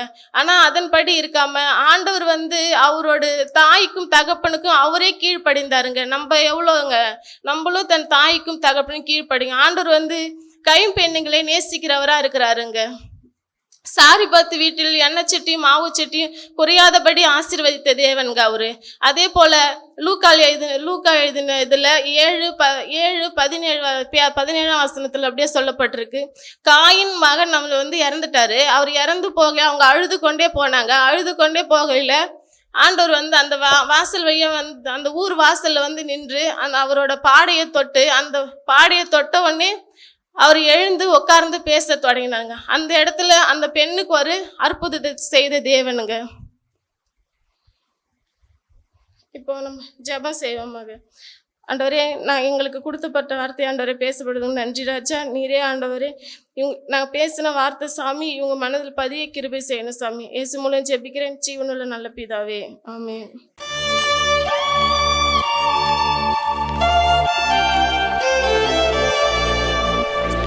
ஹல்லேலூயா. ஹல்லேலூயா. கர்த்தருக்கு ஸ்தோத்திரம். நம் அனைவரும் கண்களை மூடி ஜெபம் செய்வோமாக. அன்புள்ள இயேசப்பா, இந்த நாளுக்காக இயேசப்பா நன்றி செலுத்துகிறோம் சாமி. அப்பா ஆண்டவரே, இதுவரை நடத்துவீங்க ஆண்டவரே, இதுவரை இனிமேல் நடத்த போதுமானவர் இருக்கிற ஆண்டவரே. என் வாயின் வார்த்தைகளும் என் இருதயத்தின் தியானம் உம்முடைய சமூகத்தில் பிரீதியா இருப்பதாக. ஆமென். தியானிக்கும் வார்த்தை 4ஆம் வார்த்தை, மத்தேயு சுவிசேஷம் 27ஆம் அதிகாரம் 27ஆம் வசனம் 46ஆம் 9ஆம் மணி நேரத்தில் 9ஆம் மணி நேரத்தில் இயேசு ஏலி ஏலி லாமா சபக்தானி என்று மிகுந்த சத்தமிட்டு கூப்பிட்டார். அதற்கு என் தேவனே என் தேவனே ஏன் என்னை கைவிட்டீர் என்று அர்த்தமாம். இந்த வார்த்தையானது நமக்கு எதை கற்றுக் கொடுக்குதுன்னு பார்த்தீங்கன்னா, நம்ம ஒவ்வொரு நாளுமே ஒவ்வொரு சூழ்நிலைகளும் எல்லா நிலைகளும் நம்ம ஜெபிக்கிறவர்கள் இருக்க வேண்டும். அது மட்டும் இல்லைங்க, நம்ம யாரிடம் ஜெபிக்கணும் என்பதை அறிந்திருக்க வேண்டும். ஒரு பக்கம் பார்த்தீங்கன்னா பாவத்தினால் அழிஞ்சு கொண்டிருக்கும் ஜனங்கள், மற்றொரு பக்கம் அவர் தேவனாகவே இருந்த போதிலும் அவருக்கு எல்லாமே தெரியும். இருந்தாலுமே அவர் அவதாரமாக எடுத்துக்கொண்ட மாம்சத்தினால ஏற்படுகின்ற வலி வேதனைகள் அவர் நிமித்தம் அவர் யாரையும் குறை சொல்லவும் இல்லை, கடிந்து கொள்ளவும் இல்லை. பிதாவை நோக்கி மட்டும்தான், ஆண்டவரே எனக்கு என்னை ஏன் கைவிட்டீர் என்று பிதாவிடத்தில் மட்டும்தான் கேட்டாரு. ஆனால் நம்ம என்ன பண்ணுவோம், ஏதாவது ஒரு விஷயம் நடந்தாலுமே யாரையோ குறை சொல்லவும் கடிந்து கொள்வோம். ஆனால் அவர் யாரையும் குறை சொல்லவும் இல்லை, கடிந்து கொள்ளவும் இல்லை. பிதாவை நோய்க்கு மட்டும்தான் விண்ணப்பம் செய்தார். பிதாதான் இந்த காரியத்தை அனுமதித்தார். ஆகவே நாம் பிதாவிடத்தில் போனாதால் இந்த காரியத்துக்கு முடிவு கிடைக்கும் என்பதை தேவன் நன்கு அறிந்திருக்கிறார். யாக்கோபு 5ஆம் அதிகாரம் 13ஆம் வசனம் பார்த்தீங்கன்னா, உங்களில் ஒருவன் துன்பப்பட்டால் ஜெபம் பண்ண கடவன், ஒருவன் மகிழ்ச்சியா இருந்தால் சங்கீத பாட கடவன். அன்பான ஜனங்களே, நம் வாழ்க்கையில ஏற்படுகின்ற வேதனைக்காகவும் இழப்புகளுக்காகவும் நெருக்கத்துக்காகவும் புலம்பி மற்ற ஜனங்கள்கிட்ட போய் நம்ம ஆறுதல் தேடாம நம்ம தேவ சமூகத்துல வந்து தேவனுக்கு முன்பாக முழங்கால் படிக்கிட்டு, ஆண்டவரே இது நீங்க கொடுத்த வாழ்க்கை, ஆண்டவரே நீங்க தான் ஆண்டவரே பதில் தர வேண்டும் ஜெபம் பண்ணுங்க. அப்போதுதான் நம் வாழ்க்கையில ஒரு பெரிய புதிய வெளிச்சத்தை நம்மால் காண முடியும் என்பதில் சந்தேகமில்லை. சங்கீதக்காரர் தாவீதை குறித்து பார்த்தீங்கன்னா, அவர் நடக்கின்ற விரோதமான எல்லா செயல்களுக்காகவும் காரியங்களுக்காகவும் அவர் பதில் செய்யாம தேவனிடத்துல வந்து அவர் குறைகளை வைப்பதை பார்க்கிறோம். கிறிஸ்துவுக்கு முன்பாக கிறிஸ்துவுக்காக உண்மையா வாழ வேண்டும் என்று விரும்புவர்களுக்கு இயேசு அனுபவித்த தாங்க முடியாத வேதனைகள், நெருக்கங்கள், கண்ணீர் வரும். அவர் நமக்காக அவ்வளோ பாடுகளை பட்டிருக்காரு, சிலுவையில் ஏறப்பட்டிருக்காரு, ஆணைகளால் அடிக்கப்பட்டார், கண்ணீர் ரத்தம் வந்து அவருக்கு வேர்வையா, அதனால நமக்காக தான் அந்த பாடுகள் எல்லாம் பட்டாரு. இதை குறித்து கவலைப்படாம ஒவ்வொரு நாளுமே நம்ம வாழ்க்கையை வந்து ஜெபத்தினாலே கழிங்க. ஜெபம் ஜெபம் ஜெபம். ஏந்திரிச்சோமா, ஆண்டவரே நீங்க கொடுத்த ஜீவன், ஆண்டவரே நீங்க வழி நடத்துங்க, ஆண்டவரே போதுமானா இருக்குன்ற ஆண்டவர் எப்பயுமே நம்ம ஜெபம் செஞ்சுக்கிட்டே இருக்கணும். அப்போதுதான் நம்ம ஒரு வாழ்வில் தெய்வீக சமாதானத்தை நம்ம பெற்றுக்கொள்ள முடியும். நம்ம வாழ்க்கையில நெருக்கம் வருதா, வரட்டும், வரும் தான். பிரச்சனை வருதா, வரும் தான். போராட்டம் வருதா, வரும் தான். நம்ம ஏன் மூல உட்காந்துட்டு அழுவணும்? நம்ம ஆண்டவர் நமக்காக கொடுக்கப்பட்ட வாக்கு இது. நம்ம ஏன் மூல உட்காந்துக்க நம்மள படைச்சாரு, ரத்த சிந்தனாரு அவரு. அந்த பிரச்சனைலாம் போராட்டத்தை பார்க்காம எந்த நேரமும் அவர் இடத்துல ஜெபிக்கணும், ஜெபிச்சுக்கிட்டே இருக்கணும். எந்த சூழ்நிலைக்காக நம்ம ஜெபம் பண்றோமோ அந்த சூழ்நிலைக்காக தக்க பலனை அவர் தருவார். அவர் விடுதலை கொடுக்கிற தேவன். ஜெபம் மாற்றங்களை கொண்டு வரும். ஜெபம் பண்ணுங்க. உங்க வாழ்க்கையில ஏதாவது பிரச்சனையா உடனே ஜெபம் பண்ணுங்க. அந்த வாழ்க்கை மாற்ற தேவனால் மட்டும்தான் முடியும். அவரால் மட்டும்தான் விடுதலை கொடுக்கிற தேவன், அவரால் மட்டும்தான் முடியும். எந்த நாசமோ மோசமோ என் தேவனுடைய அன்பை என்னை விட்டு பிரிக்காதுன்னு நினைச்சு பிரிக்காது அப்படின்னு ஒரு உறுதியோட இருங்க. நம்ம வரோம், சர்ச்சுக்கு வரோம், போயிடும் அப்படின்னு எடுக்காது. இன்னைக்கு வந்திருக்கோமா, இன்னைக்கு ஒரு முடிவோட போகணும். நம்ம தேவன் நம்மளை விட்டு பிரிக்காத தேவன். நமக்கு வாக்குத்தத்தம் பண்ணியிருக்காரு. உன்னை விட்டு விலகுவதும் இல்லை, உன்னை கைவிடுவதும் இல்லை என்ற வாக்குத்தத்தம் நமக்கு கொடுத்திருக்காரு ஆண்டவர். அதோட நம்ம சமாதானத்துடன் போவோம். தேவன் வழி நடத்துவார்.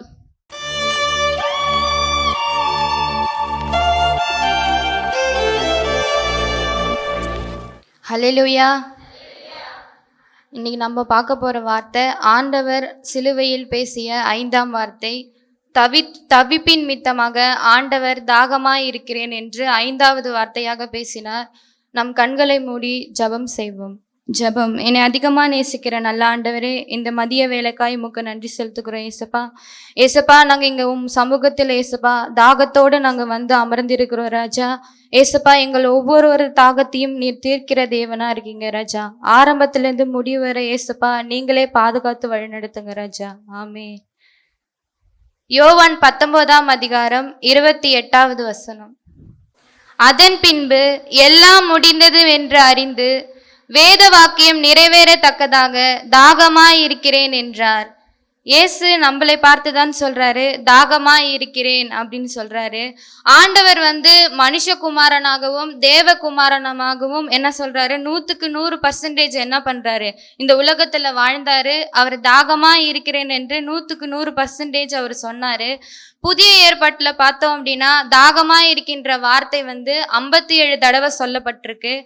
யோவான் வந்து 19வது அதிகாரத்துல என்ன சொல்றார் அப்படின்னா, அதன் பின்பு எல்லாம் முடிந்தது என்று இயேசு அறிந்து வேத வாக்கியம் நிறைவேறத்தக்கதாக தாகமாய் இருக்கிறேன் என்று சொன்னார் அப்படின்னு சொல்லப்பட்டிருக்கு. 1 யோவான் 1ஆம் அதிகாரம் 1வது வசனம். இந்த வார்த்தை வந்து ஏசப்பா தாகமாய் இருக்கிறேன் என்று சொன்னாலும் அது மாம்ச பிரகாரமாக சொல்லப்பட்டிருந்தாலும், ஆனா நம்ம இன்னொரு கோணத்துல பார்த்தோம் அப்படின்னா அது வேத வாக்கியம் நிறைவேறத்தக்கதாக தான் தேவன் என்ன பண்றாரு, அந்த இடத்துல தாகமா இருக்கிறேன் அப்படின்னு சொல்றாரு. நமக்காக தேவன் என்ன பண்ணாரு, கசப்பு கலந்த காடியை நமக்காக என்ன பண்ணாரு, ருசி பார்த்தாரு. அந்த காடியை வந்து குடிக்கும் போது தேவனுக்கு ஏன் ஈசோப்பு தண்டினால் தேவனுக்கு காடியை கொடுத்தாங்க? நம்ம யாத்ராகமம் லேவியராகமத்துல வாசித்து பார்த்தோம்னா ஈசோப்பு தண்டு எதற்காக பயன்படுத்துவாங்கன்னா பாவ மன்னிப்புக்கு, பரிசுத்தமாக்கப்படுவதற்கு, பாவ நிவாரண பலிக்கு என்ன பண்ணுவாங்க, ஈசோப்பு தண்டை பயன்படுத்துவாங்க. ஆனா நம்ம யோசிச்சு பார்க்கணும், ஏசாயா 53:4-3 சொல்லப்பட்டிருக்கு, ஏசப்பா நமக்காக பாடுபட்டு நம்மளுடைய துக்கங்களை அவர் என்ன பண்ணாரு, சுமந்து கொண்டு நம்மளுடைய மீறுதல்கள் நிமித்தமா அவர் என்ன பண்ணாரு, காயப்பட்டாரு, நம்மளுடைய அக்கிரமங்களின் நிமித்தமா அவர் நொறுக்கப்பட்டாரு. ஆனா அந்த இடத்துல ரத்தம் சொட்ட சொட்ட தொங்கி கொண்டிருக்கிற இயேசுவுக்கு ஏன் ஈசோப்பு தண்டினால் காடியை கொடுத்தாங்க அப்படின்னா அந்த இடத்துல வேத வாக்கியம் நிறைவேறத்தக்கதாக அந்த இடத்துல அப்படி செய்யப்பட்டது. நம்ம எல்லாருமே இங்க வந்திருக்கோம், நம்ம எல்லாருக்கும் ஒரு தாகம் இருக்கும். ஆனா அந்த தாகம் மனுஷங்களால என்ன பண்ணது, அந்த தாகத்தை தீர்க்க முடியாது. ஆனா நம்ம தேவன் இடத்துல வரும்போது அவர் நம்மளுடைய தாகத்தை என்ன பண்றாரு, முழுமையா தீர்க்கிற தேவனா இருக்கிறாரு. எப்போ அப்படின்னா அனுதினமும் அவரோட சமூகத்தை நம்ம தேடும் போதுதான் நம்மளுடைய தாகத்தை தேவன் தீர்ப்பாரு. நம்ம 7 விஷயத்தை யோசிச்சு பார்க்கலாம். ஆதாமுக்கு அன்னைக்கு 4 நதிகளை கொடுத்த தேவன் ஏங்க உங்களையும் என்னையும் பார்த்து ஏன் தாகமா இருக்கிறேன் அப்படின்னு சொல்றாரு. வானத்தின் மதகுகளை திறந்த தேவன் இன்னைக்கு உங்களையும் என்னையும் பார்த்து தாகமா இருக்கிறேன் அப்படின்னு சொல்றாரு. பள்ளத்தாக்கை பிளந்து சிம்சோனுக்கு தண்ணீரை கொடுத்த தேவன் இன்னைக்கு உன்னையும் என்னையும் பார்த்து தாகமா இருக்கிறேன் அப்படின்னு சொல்றாரு. வானாந்தரத்தில் ஆகாரின் கூக்குரலை கேட்டு தன் பிள்ளைக்கு தண்ணீரை கொடுத்த தேவன் இன்னைக்கு உங்களையும் என்னையும் பார்த்து தாகமா இருக்கிறேன் அப்படின்னு சொல்றாரு. தண்ணீரை திராட்சை ரசமாய் மாற்றிய தேவன் இன்னைக்கு உங்களையும் என்னையும் பார்த்து தாகமா இருக்கிறேன் அப்படின்னு சொல்றாரு. நான் கொடுக்கும் தண்ணீரை குடிக்கிறவனுக்கு ஒரு காலம் தாகம் உண்டாகாது என்று சொன்ன தேவன் இன்னைக்கு உங்களையும் என்னையும் பார்த்து தாகமா இருக்கிறேன் அப்படின்னு சொல்றாரு. கண்மலையை பிளந்த தேவன் இன்னைக்கு உங்களையும் என்னையும் பார்த்து தாகமா இருக்கிறேன் என்று சொல்றாரு. அப்ப அவருடைய தாகம் எதை குறிச்சு இருக்குது அப்படின்னா, இப்ப நம்ம வருஷம் குட் ஃப்ரைடே வருது, வருஷம் நம்ம இந்த 7 வார்த்தையை பேசுறோம். ஆண்டவருடைய தாகம் தீர்ந்துருமா? தீராது. ஆண்டவர் என்ன சொல்றாரு அப்படின்னா, இந்த உலகத்தின் கடைசி நாட்கள்ல கடைசி ஆத்துமா ரட்சிக்கப்படுகிற வரைக்கும் ஆண்டவர் என்ன பண்ணுவாரு, தாகமா தான் இருக்கிறாரு. அதுக்காக தான் நம்மள ஆண்டவர் என்ன பண்றாரு, ஏற்படுத்தி இருக்கிறாரு. அப்ப நாமும் ஆத்தும தாகத்தோடு சிலரையாகிலும் நம்ம தெரிந்து கொண்டவர்களாகிலும் நம்ம என்ன பண்ணோம், அவருடைய சமூகத்துக்கு நம்ம அவருடைய தாகத்தை தீர்க்கிற பாத்திரங்களா என்ன பண்ணோம், நம்ம அவருக்கு பயன்படும் போது தேவனுடைய தாகத்தை நம்ம என்ன பண்றோம், தீர்க்கிறவர்களா இருக்கிறோம். அதுக்காக தான் தேவன் உங்களையும் என்னையும் பார்த்து சொல்றாரு. இயேசு அந்த சபையில நின்று யோவான் 7:37-38 கூட சொல்லியிருப்பாரு, வேத வாக்கியத்தில் விசுவாசமாய் இருக்கிற எவனோ அவன் என்னிடத்தில் வருவான், அவனுக்கு நான் என்ன பண்ணுவேன், அவனுடைய இருதயத்துல வற்றாத நீர் ஊற்றை நான் என்ன பண்ணுவேன், ஓட செய்வேன் அப்படின்னு ஆண்டவர் சொல்றாரு. அப்ப நம்மளோட பாவத்தை யாரு மீட்டு கொண்டு வா, யார் நம்மளுடைய பாவங்களுக்கு விடுதலை செய்வார் என்றுதான் ஆண்டவர் என்ன பண்றாரு, சிலுவையில் நின்று தாகமா இருக்கிறேன் என்று நம்மளை பார்த்து சொல்றாரு. இன்னைக்கு நீங்க யோசிச்சு பாருங்க, நீங்க யாரா இருந்தாலும் உன்னை தெரிந்து கொள்ள இயேசு என்ன பண்றாரு, ஆவலா இருக்கிறாரு. அவரிடத்துல ஜீவ ஊற்று உண்டு, அவரிடத்துல தாகத்துக்கு பதில் உண்டு. அவர் நம்மளுடைய தாகத்தை அறிந்தவரா இருக்கிறார். அவர் தாகத்தை நம்ம தீர்க்க நம்ம என்ன பண்றோம், நம்ம ஆர்வமா இருக்கோமா? அவருடைய தாகத்தை நம்மள பார்த்து சொல்றாரு, நீ தீர்ப்பாயா அப்படின்னு ஆண்டவர் கேட்கிறாரு. இந்த இடத்துல நம்ம உட்கார்ந்துருக்கோம், இந்த வேலையில நம்ம கண்களை மூடி ஆண்டவர் நம்மளை பார்த்துதான் கேட்கிறாரு, மறுபடியும் உன்னையும் என்னையும் பார்த்து தாகமா இருக்கிறேன் என்று திருப்பியும் ஆண்டவர் நம்மளை பார்த்து சொல்றாரு. ஜெபம். என்னை அதிகமா நேசிக்கிற நல்ல ஆண்டவரே, இந்த மதிய வேலைக்காய் உமக்கு நன்றி ஏசப்பா. நாங்க ஒவ்வொருத்தரும் ராஜா தாகமா ஏசப்பா உம்முடைய சமூகத்தில் வந்திருக்கிறோம் ஏசப்பா. உம்முடைய தாகத்தை தீர்க்க நாங்க பாத்திரர்களா எடுத்து ஏசப்பா நீங்க பயன்படுத்த பெற மகா பேரு தயவுக்காய் உமக்கு நன்றி செலுத்துக்கிறோம் ராஜா. ஏசு கிறிஸ்துவின் மூலம் ஜெபிக்கிறேன் என் ஜீவனுள்ள நல்ல பிதாவே.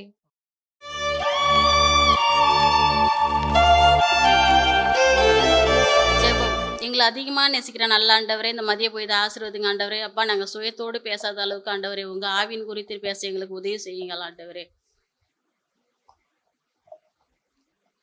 எனக்கு கொடுத்துருக்கிற தலைப்பு 6வது வார்த்தை. இயேசு 6வது வார்த்தையை எனக்கு கொடுத்துருக்கிறார். யோவான் 19:30 பார்த்தா, இயேசு காடியை வாங்கின பின்பு முடிந்தது என்று சொல்லி தலையை சாய்த்து ஆவியை ஒப்பு கொடுத்தார்.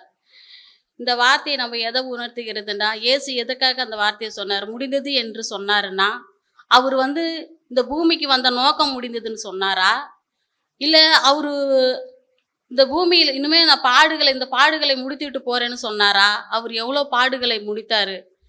அவர் எதை குறித்து முடிந்தது என்று சொன்னாரு. பிதா எதற்காக அவர் அந்த பூமிக்கு அனுப்பினாரோ அந்த நோக்கம் முடிந்தது என்று சொன்னாரு. பிதா எதை குறித்து அவர்கிட்ட சொன்னாரோ பிதாவுக்காக அவர் கீழ்ப்படிந்தாரு. அவர் எதை செய்யணும்னு அந்த பூமிக்கு அவர் மனுஷ ரூபமாக வந்தாரோ அதன்படி அதை நிறைவேற்றுறதுக்காக அவர் முடிந்தது என்று சொன்னாரு.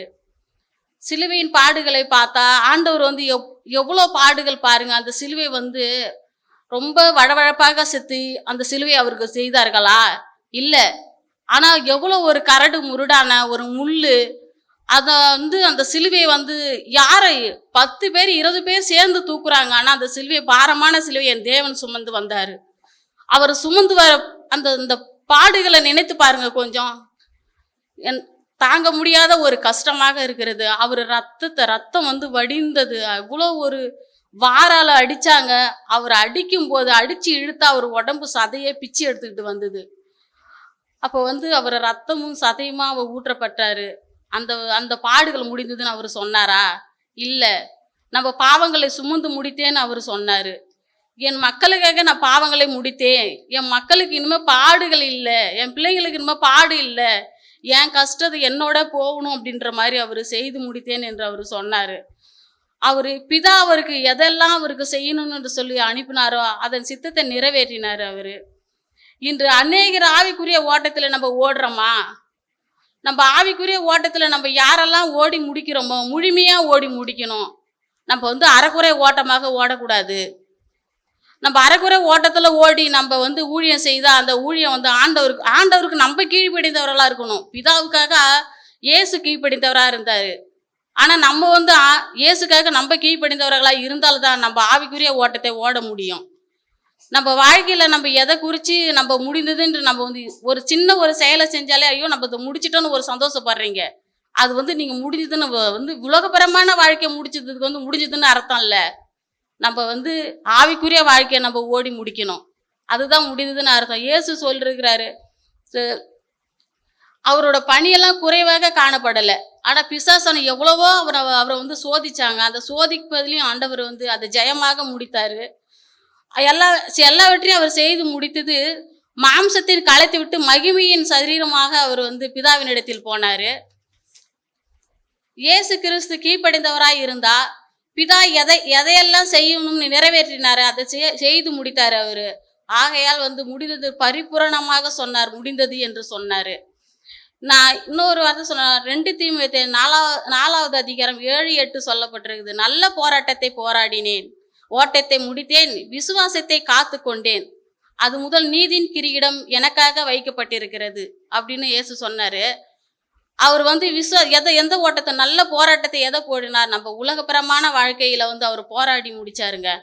நம்ம பாவங்களை போராடி முடிச்சார். நம்ம பாவங்களை சுமந்தார். சிலுவையில் ரத்தையின் வேர்வமாக அவர் சொட்டுனது. பூமி முழுவதும் அவர் ரத்தத்தால் நனைக்கப்பட்டது. அந்த பாடுகளெல்லாம் அவர் முடிச்சாரு. அதனால தான் நீதியின் கிரீடம் எனக்காக வைக்கப்பட்டது. நீதியின் கிரீடம் எங்கே வைக்கப்பட்டது? அவருக்காக பிதாவின் இடத்தில் வைக்கப்பட்டிருக்கிறது. பிதா எதை செய்யணும்னு அவர் அனுப்புகிறாரு. அந்த திட்டத்தை எல்லாத்தையும் அவர் நிறைவேற்றி முடித்தேன். என்னுடைய நீதியின் கிரீடம் என் பிதாவின் இடத்தில் வலது காரத்தில் என்னால் ஒப்புவிக்கப்படுகிறது என்று அவர் ரொம்ப ஆயுத சத்தத்தோட முடிந்தது என்று அவர் சொன்னார்.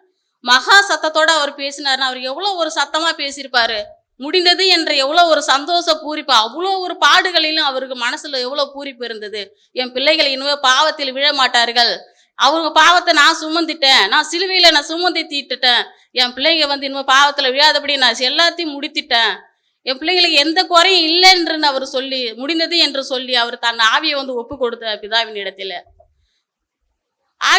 ஆவியை ஒப்பு கொடுத்துட்டு அவர் திரும்ப என்ன நினைச்சார், நம்ம பிள்ளைங்க நீங்களும் அதை மாதிரி பாவம் செய்யாமல் இருங்க, திரும்ப வந்து துணிகரமான பாவத்தை செய்துட்டு வந்து அப்பா ஆண்டவரே இயேசுவே என்னை மன்னிச்சிடுங்கன்னு சொல்லி கேட்காதீங்க. அதெல்லாம் வந்து அந்த மன்னிப்பு கொடுக்கிற எத்தனை தடவை அவரை வந்து சிலுவையில் அடிச்சு கொண்டே இருப்பீங்க. பாவத்தை செஞ்சுட்டு நம்ம வந்து ரட்சிக்கப்பட்டிருக்கிறோம், ரட்சிக்கப்பட்டுட்டு வந்து திரும்ப நான் பாவம் செஞ்சுட்டேன் ஆண்டவரே அப்படின்னு சொன்னா இது உங்க மனசாட்சிக்கே தெரியும். நம்ம பாவம் செஞ்சு எத்தனை தடவை வந்து ஆண்டவர்கிட்ட மன்னிப்பு கேட்போன்னு சொல்லிட்டு ஆண்டவரை அடிக்கடி அவரை வந்து சிலுவையில் அறையாதீங்க. அவர் ஏற்கனவே ரத்தமும் சதையுமாக பிச்சை அரிக்கப்பட்டு அவர் வாழ்க்கையை முடிச்சு கொண்டு இந்த பூமியில போயிருக்கிறாரு. நல்ல போராட்டத்தை போராடினேன், ஓட்டத்தை முடித்தேன் என்று எனக்காக நீதியின் கிரீடம் வைக்கப்பட்டிருக்கிறது சொல்லிருக்கிறாரு. அதுபோல் ஆண்டவர் முடிந்தது என்று சொன்னார். நம்ம வாழ்க்கையும் வந்து ஊழியத்தை குறித்தும் சரி, எந்த ஒரு நோக்கத்தை குறிச்சும் சரி, நமக்கு வந்து எஜமான் கொடுக்கல. நமக்கு ஊழியத்தை வந்து எஜமான் கொடுக்கல, ஆண்டவரே நமக்கு அழைக்கப்பட்டிருக்கிறாரு. அந்த ஊழியத்தை நல்ல ஒரு ஓட்டமாக ஓடி செல்லுங்க. ஆண்டவர் வந்து நடப்பயணமாக தான் நடந்து ஊழியம் செய்தார். அதுபோல் நம்மளும் வந்து ஊழியத்தில் பின்வாங்கி போகாத, நம்ம ஊழியத்தை நல்ல முறையில் செய்து முடிவதற்காக ஆண்டவர் சொல்லி கொடுத்த காரியம் சிலுவையில் முடிந்தது என்று கண்களை மூடி ஜெபம் பண்ணுமாக. அப்பா ஆண்டவரே, எங்களுக்காக எனக்காக இந்த வார்த்தையை கொடுத்தீங்க ஆண்டவரே. தகுதி இல்லாதவ ஆண்டவரே, தகுதியை படுத்தினீங்க ஆண்டவரே. அதற்காக உனக்கு நன்றி சொல்லிக்கிறேன் சாமி. அப்பா அவங்க சிலுவையின் பாடுகளை நான் நினைத்து பார்க்குறேன் சாமி. அப்பா ஆண்டவரே, அந்த பாடுகள் எனக்காக ஆண்டவரே. அப்பா நாங்கள் படுற பாடை விட ஆண்டவரே, இந்த பாடு தான் முக்கியமான பாடு என்று எங்களுக்கு தெரியப்படுத்திருக்கிறீங்க ஆண்டவரே. இயேசு கிறிஸ்து ஜெபிக்கிறோம் உங்கள் ஜீவனுள்ள நல்ல பிதாவே. ஆமென்.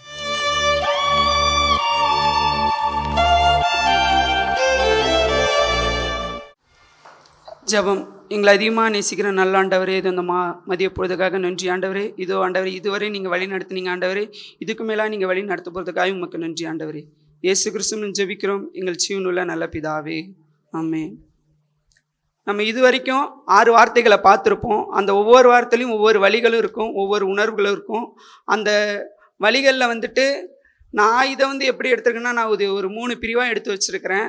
ஆண்டவர் வந்து அந்த சிலுவையில் பட்ட அவரோட வழிகள், அடுத்தது அவர் பட்ட துன்பங்கள், கடைசியாக வந்து அவர் 7ஆம் வார்த்தையில் பேசின அந்த விளக்கமும், அதுக்கப்புறமா இந்த 7 வார்த்தையிலும் இருக்கிற ஒரு பூவை பற்றி அதோட விளக்கமும் நான் உங்களுக்கு சொல்ல இருக்கிறேன். ஆண்டவர் வந்து சிலுவையில் அறையப்பட்டப்போ வந்து அவரோட கைகளில் வந்து ஆணிகள் அடிக்கப்படலை, அவரோட மணிக்கட்டில் தான் அடிக்கப்பட்டிருந்துச்சு. அந்த மணிக்கட்டுகள் வந்து 5லேருந்து 8 இன்ச்சுக்குள்ளே இருந்தது. நம்ம காலில் ஒரு சிறு ஆணி குத்துனா கூட 1 வாரத்துக்கு அழுவோம். இதே சோம்பேறியாக இருந்தானே வச்சுக்கேன், அது 1 மாதத்து வரைக்கும் நம்ம அந்த அழுவோம். ஆனால் ஆண்டவர் இவ்வளோ பெரிய ஆணியை சுமந்து அவர் கைகளில் வச்சுருந்தாரு. அதுபோல் அவர் சுமந்த சிலுவை வந்து 150 கிலோ எடை குறைய இருந்துச்சு. ஆனால் நம்ம படத்தில் பார்த்துருப்போம், அந்த சிலுவை வந்து ஷார்ப்பாக காமிச்சிருப்பாங்க. ஆனால் அவர் வந்து அறையப்பட்டது வந்து முள் செதில் அதை மாதிரி இருக்கிற சிலுவையில் தான் ஆண்டவர் வந்து தொங்கிக்கிட்டு இருந்தார். அதுபோல் வந்து அந்த ஆணியோட நீளம் வந்து 8 அடி நீளமாக இருந்துச்சு. இயேசுவோட உயரம் வந்து 5 அடி 11 அவரோட எடை வந்து 85 கிலோவாக இருந்துச்சு. ஆண்டவரோட எடை 85 கிலோ தான். ஆனால் அவர் சுமந்த சிலையை வந்து 150 கிலோ. அதுபோல தான் ஆண்டவர் வந்து நம்மளோட பாவங்களை அவரும் ஏற்று இந்த வழியில் நடந்துக்கிட்டு இருக்காரு. ஆண்டவர் வந்து கொல்கத்தாவில் வந்துட்டு 3 முறை வந்து ஆண்டவர் கீழே விழுந்தார். கீழே விழுந்தப்போ கூட அவரோட உடலில் மொத்தம் வந்து 5480 அடிகளும், அதில் வந்து மிக உள்ள அடி வந்து 150 அடிகளும் இருந்துச்சு. ஆண்டவரோட தலையை சுற்றி மொத்தம் வந்து 17 முட்கள் குத்தப்பட்டன. தலையில் நம்மளாம் நினச்சிக்கலாம் அது கிரீடன் நினச்சிருக்கலாம். அது நம்மளோட பாவங்களுக்காக தான் ஆண்டவர் வந்து அந்த 17 முட்களும் அவர் தலையில் குத்தப்பட்டிருந்துச்சு. அடுத்தபடி ஆண்டவர் வந்து சிலுவையில் எழுதப்பட்ட ஒரு வார்த்தை கூட இருந்துச்சு. லத்தீன் வார்த்தை எழுதியிருந்தாங்க, INRI, இன்றின்னு சொல்லி ஒரு வார்த்தை கூட அதில் எழுதப்பட்டிருந்துச்சு. அதுக்கு அர்த்தம் என்னன்னா, இயேசு நஸ்ரேயன், யூதர்களின் ராஜா என்று அதில் எழுதப்பட்டிருந்துச்சு. இப்போ வந்து நம்ம எதை பற்றி அடுத்ததாக பார்க்க போகிறோன்னா, எனக்கு கொடுக்கப்பட்ட தலைப்பில் 7ஆம் வார்த்தை, உம்முடைய கைகளில் என் ஆவியை ஒப்புவிக்கிறேன் என்று மகா சத்தமாய் அந்த ஆண்டவர் சொல்லியிருக்கிறாரு. ஆண்டவர் இந்த வார்த்தையில் இந்த சிலுவையில் சொல்லப்பட்டிருக்கிறது என்ன இருக்குன்னா, இயேசு வந்து அவரோட ஆவி யாராலையும் எடுக்க முடியாது. அவராகவே பிதாவின் கரங்களில் வந்து அவர் வந்து அவரோட ஆவியை ஒப்பு கொடுத்தாரு. சங்கீதம் 16:10 கூட இப்படியே சொல்லப்பட்டிருக்கு, என் ஆத்துமாவை பாதாளத்தில் விடீர், உம்முடைய பரிசுத்தவனை அழிவை காண ஒட்டீர் என்று சொல்லப்பட்டிருக்கு. இது இயேசுக்கு பிதாவின் தேவனிடத்துலேருந்து கொடுத்த வாக்கா இருந்துச்சு. ஆகையால தேவன் வந்து தன்னை வந்து உயிர்ப்பிப்பார் என்று இயேசு நல்லாவே அறிந்திருந்தாரு. அப்படியே கூட மத்தேயு 16:21 கூட சொல்லப்பட்டிருக்கு, எருசலேமுக்கு போய் மூப்பராலும் பிரதான ஆசிரியரும் வேதபாரகராலும் பல பாடுகள் பட்டு கொலையுண்டு 3ஆம் நாளில் எழுந்திருக்க வேண்டும் என்பது குறித்து தம்முடைய சீஷர்களுக்கு சொல்லியிருந்தாரு. அவருக்குள்ள சொல்லப்பட்டதுமே ஆண்டவருக்கு வந்து அது ஒரு திருப்தியாக இருந்துச்சு.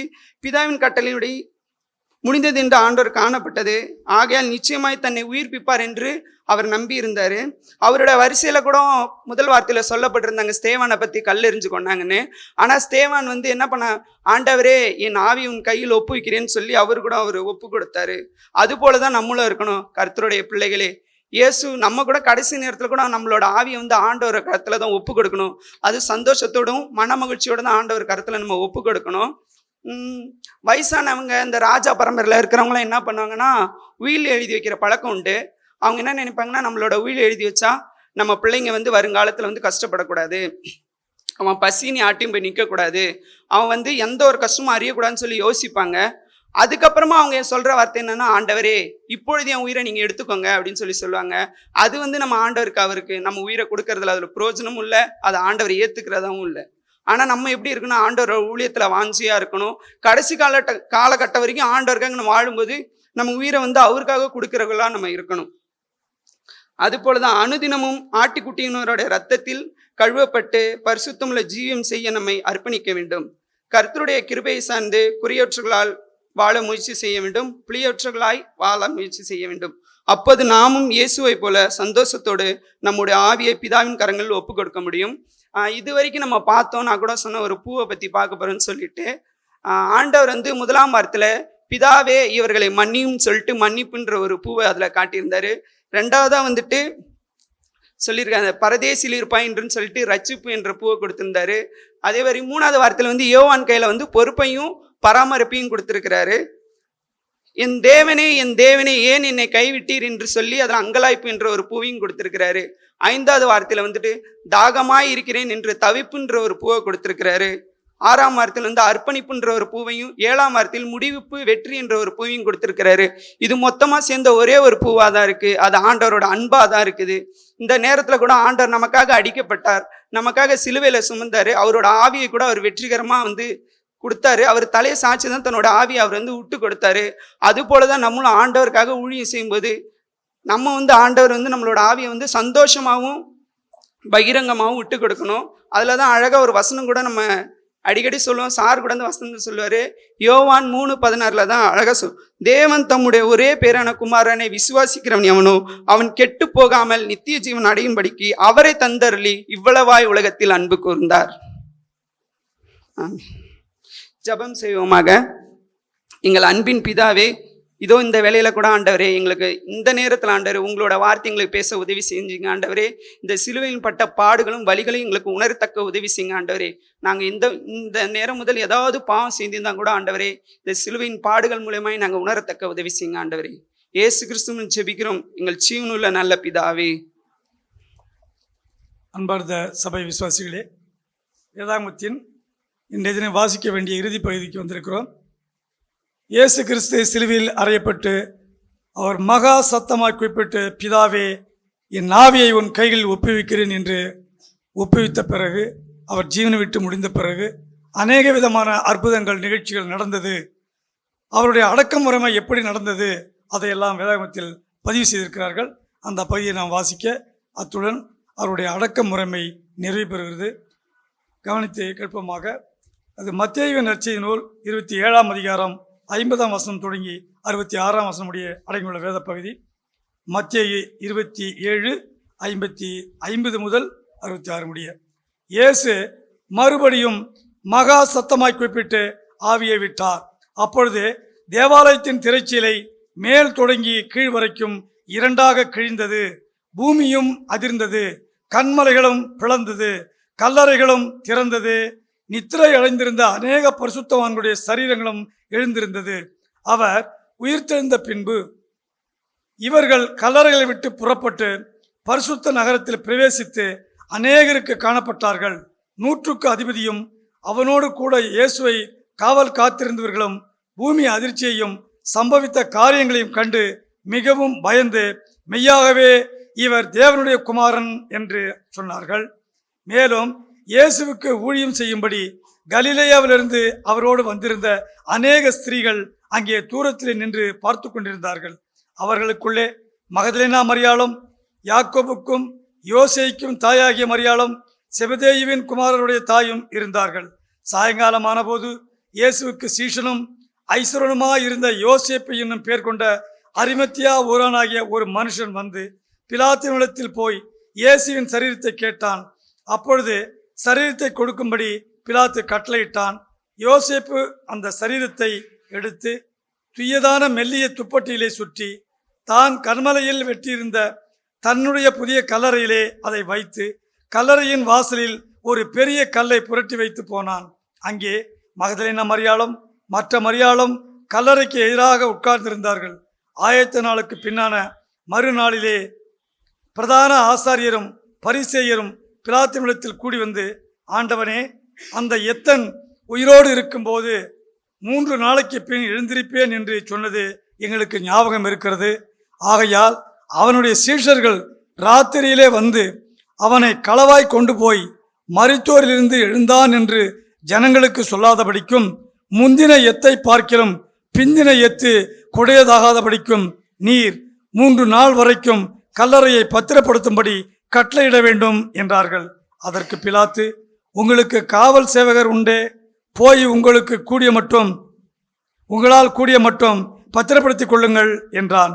அவர்கள் போய் கல்லுக்கு முத்திரை போட்டு காவல் வைத்து கல்லறையை பத்திரப்படுத்தினார்கள் என்பது. ஹல்லேலூயா, ஹல்லேலூயா, ஹல்லேலூயா. எல்லாரும் எழுச்சி நிற்கலாமா? 7 வசனம், 7 வார்த்தைகள் எல்லாம் பேசி முடிச்ச மாதிரி நீங்கள் தான் பேசுன மாதிரி இருக்குது. இப்போ என்ன, அப்படி தானே? ஆமாம்.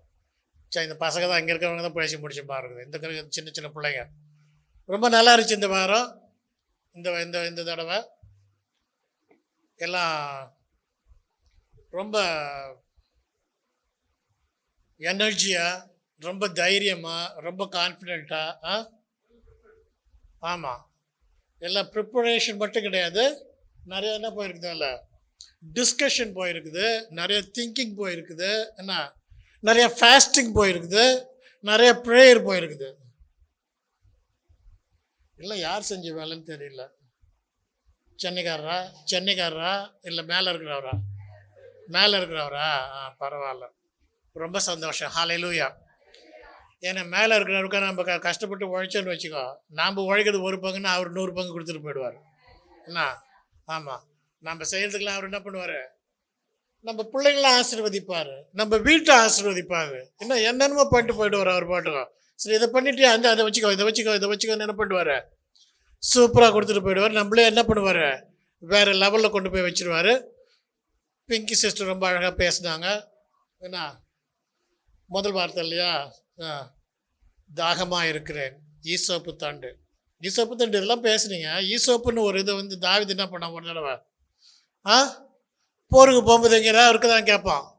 இது என்னது உடன்படிக்கை பெட்டி இருக்குதா, எது இருக்கான்னு கேட்பாங்க. அப்போ என்ன சொல்லுவான் அவன், ஒரே ஒரு ஈசோப்பு தண்டு தான் இருக்குன்னு, அதை எடுத்துகிட்டு வா அப்படின்வான். போய் அதை வச்சு என்ன பண்ணுவான், ஆண்டவரை துதித்து அந்த போரையை வென்று போயிட்டு வருவான். அதனால் அந்த ஈசோப்பு தண்டு அழகாக சொன்னாங்க அவங்க. சரியா, ரொம்ப சந்தோஷம். உமா மேடம் என்ன விட்டா போய் பாலிடிக்ஸில் பேசிட்டு வந்துடுவாங்க போல. என்னது, ஏங்க இதுக்கு அனுப்பிச்சி விடலாமா, தாமரைக்கு அனுப்பிச்சிடலாமா? என்ன அதுக்கு தான் மலரும் பார்த்துக்கிட்டு இருக்காங்க. இன்னும் மலரல அது. சும்மா அதோட மேகலாமா இருக்காங்களே, ஐயோ.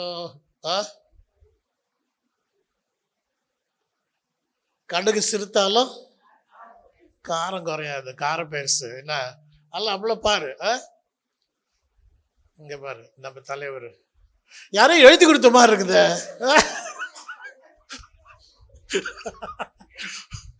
அது எழுதி கொடுத்துருந்தாலும் அந்த ஆசீர்வாதம்னு ஒன்று ஒரு படிக்கிற அந்த இது வந்துச்சு பார்த்தியா, உன்னுடைய திங்கிங் இருந்திருக்கும். இல்லை நான் சொல்ல மாட்டேன், சும்மா கிண்டல் சொன்னேன் நான். என்ன அவர் பூவை வித்துருவார் போல் விட்டாங்க. என்ன பூ வச்சுக்கோன்ற மாதிரி அவர் பூவே வித்துருவார் போல். எத்தனையோ பூ நீங்கள் வித்துட்டாருன்னா 7 பூவா?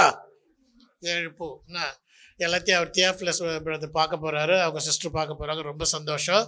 இங்கே ஒருத்தங்க என்ன பண்ணுறாங்க, இப்படியே வச்சுக்கிட்டே உட்காந்துருக்காங்க. ஏண்டா அவ்வளோ நல்லா இருந்துச்சா? அதனால நீங்கள் பேசலையா? ரொம்ப சந்தோஷம். சும்மா கிண்டல் சொன்னேன், தப்பாக நினச்சிக்காத. எல்லோரும் வந்து ரொம்ப நல்லா பேசுனீங்க. என்ன உங்களுடைய நீங்கள் போட்ட டைம், என்ன எடுத்துக்கொண்ட முயற்சிகள், இது எல்லாத்துக்கும் ஆண்டவர் என்ன பண்ணுவார், கண்டிப்பாக பதில் கொடுப்பார், ஆசீர்வாதம் கொடுப்பார். அவர் சும்மா தேங்க்ஸ் சொல்லிட்டு போகிறவர் கிடையாது. சரியா? சரி, நம்ம கண்ணை மூடுவோமா, ஜெபிப்போம். 7 வார்த்தைகள் சுவாமி, உங்களுடைய 7 பிள்ளைகள் சுவாமி. 7 என்பது ஒரு பரிபூர்ணமான எண் என்று சொல்லுவாங்க சுவாமி. இது அந்த 7 வார்த்தையில் 7 பூவை எடுத்து அழகா சொல்றார் சுவாமி. என்ன அருமையான திங்கிங் சுவாமி, என்ன சாட்சி சுவாமி. இன்று உம்முடைய வார்த்தையை, நீர் சிலுவையில் சொன்ன அந்த 7 வார்த்தையை தியானித்த, டிஸ்கஸ் பண்ண, தங்களுக்கு ஆண்டவர் இதைதான் காட்டினார், பரிசுத்த ஆவியானவர் என் மூலமாக பேசினது இதுதான் என்று தைரியமாக பறைசாற்றினார். இந்த பிள்ளைகளை என்னோட ஆசீர்வதியும் அப்பா. அவளுக்காக நன்றி செலுத்துகிறோம் சுவாமி. எத்தனை ஆலயங்கள் சுவாமி தேடுவாங்க சுவாமி. ஏன் சுவாமி இந்த கோயிலில் நாங்கள் தேடி இருக்கோம் சுவாமி. ஒரே வருஷத்துல 2-3 பேர் பேசியிருக்கோம். 2-3 வருஷத்தை ஒரு ஆள் பேசுகிற காலெல்லாம் உண்டு சுவாமி. 2-3 பேர் இங்கே உட்கார்ந்துருந்த காலெல்லாம் உண்டு சுவாமி. ஆனால் இன்று அறுவடையின் காலம் அப்பா.